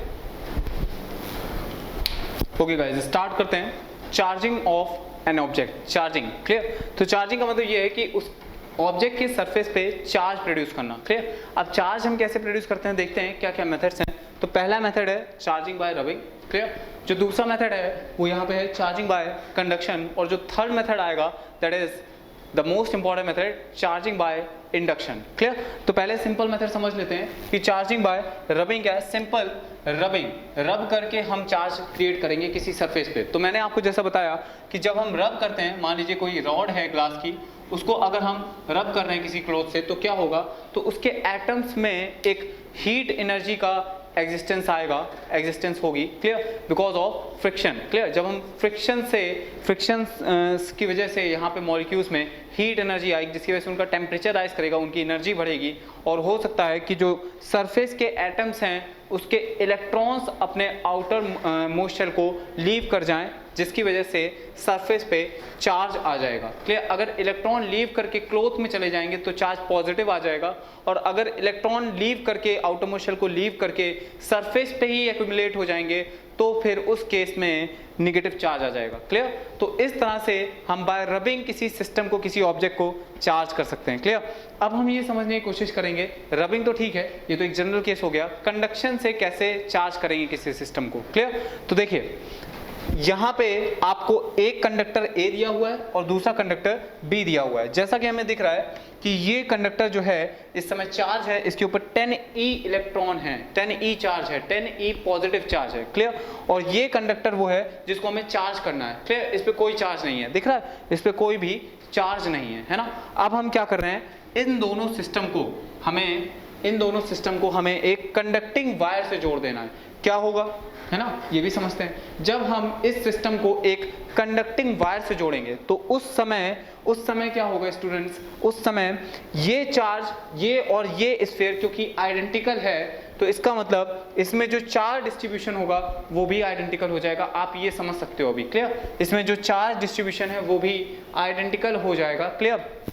वो चार्ज डिस्ट्रीब्यूशन भी आइडेंटिकल होगा, या फिर अभी अगर ये आइडेंटिकल ना होता तो भी, क्योंकि इस सिस्टम में चार्ज अभी काफ़ी है, तो इस सिस्टम से कुछ चार्ज तो बी में जाता। अब कितना जाता इसकी बात हम अभी नहीं करेंगे। क्लियर? इसकी बात हम अभी बिल्कुल भी नहीं करेंगे, इसकी बात हम आगे करेंगे जब हम इलेक्ट्रोस्टैटिक पोटेंशियल की बात कर लेंगे। अभी आप ये समझिए कि हम इसका क्वालिटेटिव डिस्कशन कर रहे हैं, क्वांटिटेटिव डिस्कशन बाद में होगा। क्लियर? तो अभी आप ये समझिए कि इस सिस्टम से इस सिस्टम बी में कुछ चार्ज जाएगा। क्लियर? क्योंकि ये सिस्टम आइडेंटिकल है तो इस समय चार्ज इक्वली डिस्ट्रीब्यूट हो जाएगा। क्लियर? तो जब हमने इसको कंडक्टिंग वायर से जोड़ दिया तो कुछ चार्ज इसमें चला जाएगा, तो 5e चार्ज और 5e का चार्ज दोनों बॉडीज A और B पे आ जाएगा। क्लियर? अब आप देख सकते हैं इस फिगर से, इस पिक्चर 1 और पिक्चर 2 से आप देख सकते हैं कि इस बार कंडक्टिंग वायर को जैसे ही हमने कनेक्ट किया, चार्ज इससे इसमें जा चुका है। क्लियर? अब हम इस कंडक्टिंग वायर को यहाँ से कट कर देंगे। क्लियर? कट कर देंगे। उसके बाद हम देख सकते हैं कि B बॉडी जो कि चार्जलेस थी, अब वो चार्ज हो चुकी है। क्लियर? और जो इसमें चार्ज आया है वो कंडक्टिंग वायर के थ्रू आया है, कंडक्ट होके आया है। इस वजह से इस चार्जिंग के मेथड को हम बोलेंगे चार्जिंग बाय कंडक्शन। इसमें कोई भी चार्ज अपने आप इंड्यूस नहीं हुआ है, अपने आप जनरेट नहीं हुआ है, इसमें जो चार्ज आया है वो कंडक्ट होके आया है। इस वजह से इस मेथड को बोलेंगे चार्जिंग बाय कंडक्शन। क्लियर? अब हम समझते हैं अगले मेथड को, चार्जिंग बाय इंडक्शन क्या होता है ना। तो इंडक्शन से पहले हम समझते हैं कि इंड्यूस्ड का क्या मतलब होता है। क्लियर? इंड्यूस्ड का मीन्स क्रिएट हो जाना, इंड्यूस का मीन्स जनरेट हो जाना। क्लियर? तो चार्ज जब सिस्टम में खुद से ही जनरेट हो जाए, क्लियर, खुद से ही इंड्यूस्ड हो जाए, उसको हम बोलेंगे चार्जिंग बाय इंडक्शन। क्लियर? अब हम समझने की कोशिश करते हैं, फिगर से देखते हैं कि चार्जिंग बाय इंडक्शन क्या होता है। चलिए तीसरा मेथड। तो दूसरे मेथड पे आते हैं, चार्जिंग बाय इंडक्शन। क्लियर? समझते हैं इसमें क्या है। तो देखिए, इस बार क्या है, दो कंडक्टर्स हैं हमारे पास, फिर से एक एक्सपेरिमेंट चल रहा है पूरा, उससे आपको समझ में आएगा चार्जिंग बाय इंडक्शन कैसे होता है। क्लियर? तो एक हमारे पास मेटल है A और एक मेटल है B, मींस दो कंडक्टर्स हैं हमारे पास A और B जो कि अभी कांटेक्ट में हैं। ये दो कंडक्टिंग बॉल्स आप समझ सकते हो। क्लियर?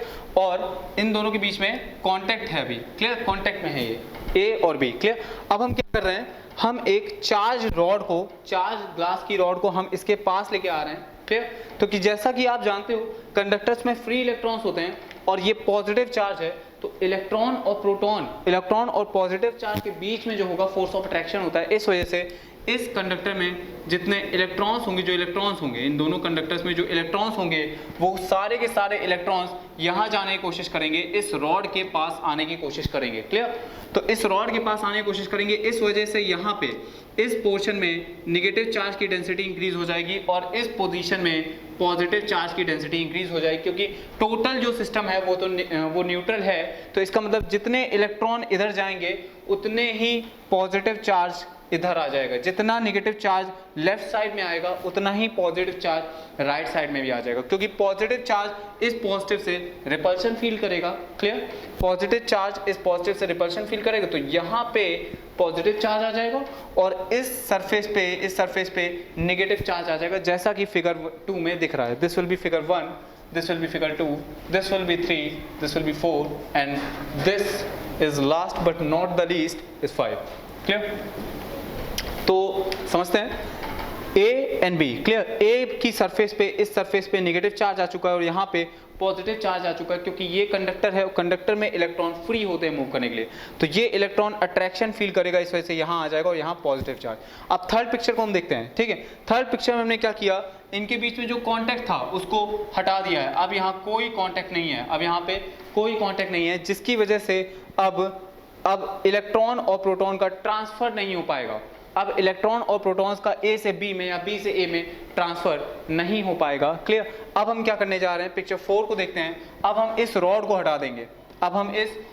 हटा देंगे, तो जैसे ही हम इस रॉड को हटाएंगे तो फिर से क्या होगा, अब यहाँ पे इलेक्ट्रॉन्स हैं और यहाँ पे पॉजिटिव चार्ज है, तो अब ये नेगेटिव चार्ज, ये पॉजिटिव चार्ज आपस में अट्रैक्शन फील करेंगे, जिसकी वजह से वो दोनों इस सरफेस पे आ जाएंगे। क्लियर? याद रहे ये कंडक्टर है और इसमें इलेक्ट्रॉन्स मूव करेंगे। क्लियर? इस वजह से ये पॉजिटिव चार्ज इधर आ जाएगा, ये नेगेटिव चार्ज इधर आ जाएगा। क्लियर? याद रखिएगा, याद एक चीज ये रखिएगा कि पॉजिटिव चार्ज फ्लो नहीं करता है। एक्चुअली होगा क्या, यहाँ पे जो इलेक्ट्रॉन्स हैं वो यहाँ चले जाएंगे, जिसकी वजह से यहाँ पॉजिटिव चार्ज डेवलप हो जाएगा। क्लियर? मूव अभी भी इलेक्ट्रॉन ही कर रहा है। क्लियर? लेकिन ऐसा लगता है कि पॉजिटिव चार्ज मूव कर जाएगा। क्लियर? होता भी एकदम वैसा ही है, लेकिन एक्चुअली में मूव बी में इलेक्ट्रॉन्स करेंगे, कभी भी एटम मूव नहीं करते हैं, कभी भी पॉजिटिव चार्ज नहीं मूव करता है, हमेशा इलेक्ट्रॉन्स ही मूवमेंट में होते हैं। क्लियर? तो जैसा कि यहाँ दिख रहा है कि यहाँ के पॉजिटिव चार्ज सब यहाँ आ गए, तो हुआ ये है कि यहाँ के इलेक्ट्रॉन्स यहाँ चले गए हैं, जिसकी वजह से ये पॉजिटिव चार्ज जो यहाँ थे वो न्यूट्रलाइज हो गए हैं और यहाँ पे पॉजिटिव चार्ज डेवलप्ड हो गए। एक्चुअली में पिक्चर कुछ इस तरह की हमेशा लगती है कि प्रोटॉन्स मतलब पॉजिटिव चार्ज ट्रेवल कर रहे हैं, जो कि होता नहीं है। क्लियर? लेकिन आप समझ सकते हो कि ऐसा ही हो रहा है। ठीक? तो इलेक्ट्रॉन्स यहाँ पे इस बार जो है नेगेटिव चार्ज डेंसिटी यहाँ हो जाएगी और पॉजिटिव चार्ज डेंसिटी यहाँ हो जाएगी। अब जब हम इन दोनों स्फीयर को अलग अलग कर देंगे, क्योंकि ये कंडक्टर है, तो कंडक्टर्स की सरफेस पे चार्ज यूनिफॉर्मली डिस्ट्रीब्यूट हो जाता है, जैसा कि मैं ऑलरेडी आपको बता चुका हूं। क्लियर? तो कंडक्टर्स की सरफेस पे, क्योंकि कंडक्टर्स जो हैं वो चार्ज को कंडक्ट कर सकते हैं, इस वजह से ये जो चार्ज है ये यूनिफॉर्मली डिस्ट्रीब्यूट हो जाएगा और चार्ज एक दूसरे से दूर जाना चाहते हैं, इस वजह से ये चार्ज सरफेस पे यूनिफॉर्मली डिस्ट्रीब्यूट होगा और ये चार्ज भी सरफेस पे यूनिफॉर्मली डिस्ट्रीब्यूट होगा। इस समय ये दोनों एक दूसरे से बिल्कुल भी इंटरेक्ट नहीं कर रहे हैं। क्लियर? तो ये अपना एक एग्जांपल हो गया चार्जिंग बाय इंडक्शन। हम चार्जिंग बाय इंडक्शन का एक और सिंपल सा एग्जांपल देख सकते हैं कि ये एक रॉड है जो कि पॉजिटिवली चार्ज्ड रॉड है। क्लियर? और ये एक स्फीयर है, कंडक्टिंग स्फीयर। अब जब इस रॉड को इस कंडक्टिंग स्फीयर के पास लेके आएंगे तो ये रॉड, ये स्फीयर इस साइड नेगेटिव चार्ज डेवलप कर लेगा और उतने ही नंबर ऑफ पॉजिटिव चार्जेस इस साइड डेवलप कर लेगा, लेफ्ट राइट साइड में डेवलप कर लेगा। क्लियर? अब हम क्या कर सकते हैं, हम इस स्फीयर को अर्थ करा सकते हैं, इस स्फीयर को राइट साइड को अर्थिंग करा दिया। क्या करा दी? अर्थिंग। तो अगला कंसेप्ट होगा हमारा अर्थिंग और ग्राउंडिंग। क्लियर? समझते हैं ये भी क्या होता है। क्लियर? अभी आप ये समझिए कि अर्थ के पास इनफाइनाइट चार्जेस को लेने की कैपेसिटी होती है। अर्थ जो है वो इनफाइनाइट नंबर ऑफ चार्ज ले सकती है, चाहे वो नेगेटिव चार्ज हो और चाहे वो पॉजिटिव चार्ज हो। क्लियर? तो अर्थिंग और ग्राउंडिंग का कंसेप्ट अभी हम समझते हैं, अर्थिंग एंड ग्राउंडिंग। क्लियर? ये कंसेप्ट अभी हम स्टूडेंट्स समझेंगे। क्लियर? अर्थिंग क्या होता है, ग्राउंडिंग क्या होता है, ये हम अभी समझेंगे। क्लियर? फिलहाल आप ये समझिए कि जैसे ही यहाँ से हमने अर्थिंग कराई तो सारा का सारा चार्ज अर्थ में चला जाएगा। क्लियर? उसके बाद जब ये चार्ज अर्थ में चला गया, पॉजिटिव चार्ज अर्थ में चला गया, तो जो बचेगा इस स्फीयर पे वो नेगेटिव चार्ज हो जाएगा। अब इस रॉड को हम हटा लेंगे। क्लियर? और फिर से नेगेटिव चार्ज यूनिफॉर्मली डिस्ट्रीब्यूट हो जाएगा, मतलब फिर से यूनिफॉर्मली डिस्ट्रीब्यूशन के साथ कुछ इस तरह का केस मिल जाएगा, इस तरह का ही केस हमें मिल जाएगा। क्लियर है? तो ये हमने बात कर ली चार्जिंग बाय इंडक्शन की। Clear? Charging by induction clear है? तो आप इसमें देख रहे हो इसमें अलग क्या है, इस तरह की चार्जिंग में अलग क्या है, ये समझ लो कि आप देखो इसमें कोई भी चार्ज एक्सटर्नली ट्रांसफर तो किया नहीं गया, ये सिस्टम था, इसमें कोई चार्ज एक्सटर्नली ट्रांसफर नहीं किया गया, इसमें चार्ज को इंड्यूस्ड किया गया है ना। इसमें इन दोनों सिस्टम को हमने ए और बी दोनों को चार्ज कर दिया, लेकिन इस सिस्टम में हम कोई बाहर से चार्ज कंडक्ट करके नहीं लाए, ना ही हमने रबिंग करी है। तो इसमें हुआ क्या है, इस सिस्टम में हमने चार्ज को इंड्यूस्ड करा दिया है। इंड्यूस करा दिया मतलब हमने एक एटम से पॉजिटिव अलग और नेगेटिव अलग करा दिए, चार्ज इंड्यूस्ड हो चुके हैं। क्लियर? चार्जेस इंड्यूस्ड हो चुके हैं और अब वो अलग अलग चार्ज हो चुके हैं दोनों ऑब्जेक्ट। क्लियर? तो इस तरह से जो चार्जिंग होगी उसको कहेंगे चार्जिंग बाय इंडक्शन। इसमें भी यही हो रहा है, इसमें हमने चार्ज इंड्यूस करा है, ठीक है, फिर दूसरे चार्ज को हमने सेपरेट कर दिया। क्लियर? तो इसमें जो चार्जिंग हो रही है वो भी चार्जिंग बाय इंडक्शन हो रही है। तो ये दो एग्जांपल हैं चार्जिंग बाय इंडक्शन के। क्लियर? अब हम समझते हैं अर्थिंग और ग्राउंडिंग क्या होती है। ओके स्टूडेंट, समझने की कोशिश करते हैं कि अर्थिंग और ग्राउंडिंग क्या होती है ना। तो जैसा कि हमें पता है कि एक हमारे जो घर होते हैं, घर में मेंस होते हैं, उसमें एक न्यूट्रल वायर होता है ना। तो वो न्यूट्रल वायर क्या करता है कि मान लीजिए कभी भी कहीं पे भी शॉर्ट सर्किटिंग हो गई, इसका मतलब कभी भी कहीं पे भी मान लीजिए घरों में एक हाई अमाउंट का चार्ज जो है वो एक्यूमुलेट होने लगा, एक हाई अमाउंट का चार्ज एक्यूमुलेट होने लगा जिसकी वजह से स्पार्किंग होने लगी। क्लियर? तो एक न्यूट्रल वायर होता है जो डायरेक्टली क्या करेगा, उस एक्स्ट्रा एक्यूमुलेटेड चार्ज को डायरेक्टली अर्थ में भेज देगा। क्लियर? तो अर्थ में ऐसा कहा जाता है, ऐसा होता है एक्चुअली कि अर्थ जो है, earth can take infinite number of charge whether it is positive और इट इज नेगेटिव। तो मतलब अर्थ जो है वो एक इनफाइनाइट नंबर ऑफ चार्ज ले सकती है। Clear? Earth can take infinite number of charge. Clear? तो इसी वजह से जो भी चार्ज एक्स्ट्रा होता है वो हम जनरली अर्थ में भेज देते हैं। क्लियर? क्योंकि अर्थ जो है वो कितना भी चार्ज ले सकती है। तो उसी तरीके जो अभी हमने चार्जिंग बाय इंडक्शन में भी देखा था, ये एग्जांपल था, हमने इस स्फीयर पे जो पॉजिटिव चार्ज आया था राइट साइड पे, उसकी हमने ग्राउंडिंग कर दी तो वो सारा का सारा चार्ज अर्थ में चला गया था। तो इसको कहते हैं अर्थिंग। क्लियर? मींस जो भी चार्ज है वो अर्थ में चला जाए, ठीक, क्योंकि हमने पॉजिटिव साइड से ग्राउंडिंग करी थी तो इस वजह से ये चार्ज अर्थ में चला गया था और अब जो स्फीयर पे चार्ज बचा था वो नेगेटिव चार्ज बचा था। इस वजह से यहाँ का नेगेटिव चार्ज जो है वो रह गया था। अब अगर स्फीयर को हम अलग कर दें यहाँ से, तो स्फीयर जो है वो नेगेटिवली चार्ज हो जाएगा। अगर हम ऐसा करते कि ग्राउंडिंग हम इस साइड से ना करके बल्कि लेफ्ट हैंड साइड से कर देते तो नेगेटिव चार्ज अर्थ में उतर जाता। क्लियर? और इस बार जो सरफेस इस स्फीयर पे नेट चार्ज आता वो नेट चार्ज पॉजिटिव चार्ज होता और इस बार जो स्फीयर है ये पॉजिटिवली चार्ज हो जाता। क्लियर?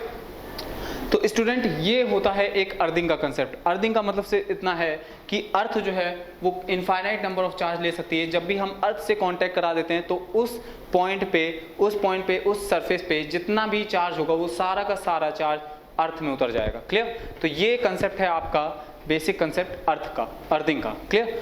अब समझने की कोशिश करते हैं कि ये एक अर्थिंग का कैसा एग्जांपल है। क्लियर? तो आप ये समझिए जब भी कभी लाइटनिंग होती है या फिर बिजली गिरती है घर में, ठीक है, तो उसके घरों की छत पे घरों में एक वायर लगा दिया जाता है। एक मेटल वायर होता है जो कि बहुत थिन होता है, आपके घर में भी ऑलमोस्ट होगा। क्लियर? तो ये वायर क्या करता है, जब भी मान लीजिए कभी अर्थिंग होती है, क्लियर, मींस जब भी कभी लाइटनिंग होती है, तो लाइटनिंग की वजह से जो भी चार्ज आता है, लाइटनिंग में क्या होता है, बेसिकली चार्ज ही तो होता है, जो भी थंडर होता है वो चार्ज होता है। क्लियर? तो वो चार्ज इस घर पे आ रहा है, अगर ये थिन रॉड है, ठीक है, थिन रॉड है घर में, तो ये सारा का सारा चार्ज इस रॉड के थ्रू नीचे अर्थ में उतर जाएगा, जिसकी वजह से ये जो हाउस है ये सेफ रहेगा। है ना इंटरेस्टिंग कंसेप्ट? क्या हो रहा है ऐसा? अब इसमें हो क्या रहा है ये आपको समझना है तो आप कोरोना डिस्चार्ज के बारे में जानना पड़ेगा आपको। क्लियर? आप कोरोना डिस्चार्ज के बारे में जानो, ये क्या होता है। एक्चुअली हमारा एक टॉपिक भी है आगे कोरोना डिस्चार्ज, तो जब हम उसकी बात करेंगे तब हम खुद से ये समझ जाएंगे कि ऐसा यहाँ पे क्या हुआ कि सारा का सारा चार्ज वो इस थिन रॉड से होते हुए ग्राउंड में उतर गया। वो इस घर पे क्यों नहीं गिरा, इस थिन रॉड में क्यों गिरा। क्लियर? ये सारी चीजें आपको कोरोना डिस्चार्ज में समझ में आ जाएंगी। Corona discharge. Clear? Corona discharge में आपको ये समझ में आ जाए कि ऐसा क्यों होता है। क्लियर? और आप ये समझने की कोशिश कीजिए कि ये मेटल वायर जितना थिन होगा उतना ज़्यादा अच्छा काम करेगा। क्लियर? मीन्स उतनी ज़्यादा इलेक्ट्रिसिटी को, उतनी ज़्यादा चार्ज को एक्सेप्ट कर लेगा। क्लियर? और जितनी ज़्यादा कंडक्टिंग होगा उतना ज़्यादा अच्छा होगा। मतलब अगर आपसे कहा जाए कि आपको घरों में रॉड लगवानी है तो आप किस मेटल की लगवाओगे? जनरली रॉड जो है वो कॉपर की लगाई जाती है, क्योंकि वो सस्ता भी होता है। क्लियर? सस्ता होता है। नहीं तो कोई सिल्वर की रॉड भी लगवा सकता है और बच जाओगे, और गोल्ड की रॉड भी लगवा सकते हो और ज़्यादा बचने के चांसेस हैं। क्लियर? क्योंकि ये जो सिल्वर है ऐसा कोई करेगा नहीं, सब कॉपर की लगवाते हैं। क्लियर? क्योंकि जो सिल्वर है वो कॉपर से ज़्यादा कंडक्टिंग होता है और गोल्ड भी सिल्वर से ज़्यादा कंडक्टिंग होता है। क्लियर? तो that is all about the earthing and grounding. Clear friends? तो गाइज आज हमने जो चीज़ें देखी हैं, क्लियर, वो थ्योरेटिकल भी हैं और इम्पॉर्टेंट भी हैं। ठीक है? तो अगर आप नोट्स बनाते हुए चल रहे हो तो बहुत अच्छा है, अगर नहीं बना रहे हो तो बना लो। क्लियर? क्योंकि नेक्स्ट टर्न से हम जो है वो न्यूमेरिकल पोर्शन पे आने वाले हैं। क्लियर? मींस कूलॉम्स लॉ पे अब हम आएंगे। क्लियर? कूलॉम्स लॉ में हम देखेंगे कि दो चार्जेस के बीच में किस तरह के इंटरेक्शन हो रहे हैं, कब रिपल्शन का इंटरेक्शन, कब रिपल्स करेंगे, कब अट्रैक्ट करेंगे, जैसा कि हमें पता भी है। उस फोर्स का मैग्नीट्यूड क्या होगा, वो फोर्स का मैग्नीट्यूड किस किस चीज़ पे डिपेंड करेगा। मींस दो चार्जेस के बीच की अगर डिस्टेंस हम इंक्रीज कर दें तो फोर्स पे क्या इफेक्ट पड़ेगा, अगर चार्जेस का मैग्नीट्यूड हम इंक्रीज कर दें तो क्या इफेक्ट पड़ेगा। क्लियर? अगर इस चार्ज सिस्टम को हम एयर में ना रख के वाटर में रख दें तो उन दोनों के बीच में जो इंटरेक्शन है, जो फोर्स हैं, उस पर क्या इफेक्ट पड़ेगा। इस तरह की बात अभी हमें कूलॉम्स लॉ में करनी है। क्लियर? उसके बाद हम कूलॉम्स लॉ पे बहुत अच्छे सिलेक्टेड न्यूमेरिकल्स देखेंगे। अप्रॉक्स 12 to 15 न्यूमेरिकल्स होंगे। मैंने खुद छाटे हैं वो न्यूमेरिकल बहुत अच्छी जगह से। क्लियर? तो it will be very much beneficial for you guys. Clear? तो stay tuned and have your pre readings with you. Clear? आपको प्री रीडिंग्स करके ही आनी पड़ेंगी। क्लियर? और जो मैंने 3-4 कंसेप्ट बताए थे आपको, मैकेनिक्स, वेक्टर और इंटीग्रेशन वाला पार्ट, वो आपको पढ़ के आना है। क्लियर? प्री रीडिंग्स आपको करके आनी है। क्लियर? अगर आप प्री रीडिंग्स करके आओगे तो this lecture will be very much beneficial for you guys. Okay? और दूसरी चीज़ ये है, और समझिए बात को, ये समझिए कि देखिए आप जब मेरे साथ इस लेक्चर में हो, ठीक है, तो मैं चाहता हूं कि आप कुछ सीख के जाओ। ठीक है? और आप तभी सीख के जा पाओगे जब आप जैसे जैसे मैं बता रहा हूं उन पॉइंट्स को फॉलो करोगे। क्लियर? तो जो मैंने 4-5 पॉइंट्स आपको बताए हैं उन पॉइंट्स को स्ट्रिक्टली फॉलो करो। ठीक है? और ये इलेक्ट्रोस्टैटिक चैप्टर हम और आप मिलके खेल खेल में ख़त्म कर जाएंगे। आपको पूरी तरह से इलेक्ट्रोस्टैटिक फील होने लगेगी। क्लियर? आप समझ जाओगे कि कब कहाँ पे क्या सिचुएशन एग्जिस्ट करेगी। क्लियर? कब कहाँ पे क्या होने वाला है आप पूरा फील कर जाओगे। इस इलेक्ट्रोस्टैटिक चैप्टर के खत्म होते ही आपकी फिजिक्स में एक बहुत अच्छा कॉन्फिडेंस आने वाला है। क्लियर? एक बहुत अच्छा कॉन्फिडेंस आने वाला है। तो गाइस स्टे ट्यून्ड, ठीक है, and have your pre readings and work with you guys. Okay? Notes अपने बनाते रहिएगा। That is all about this lecture. Thank you.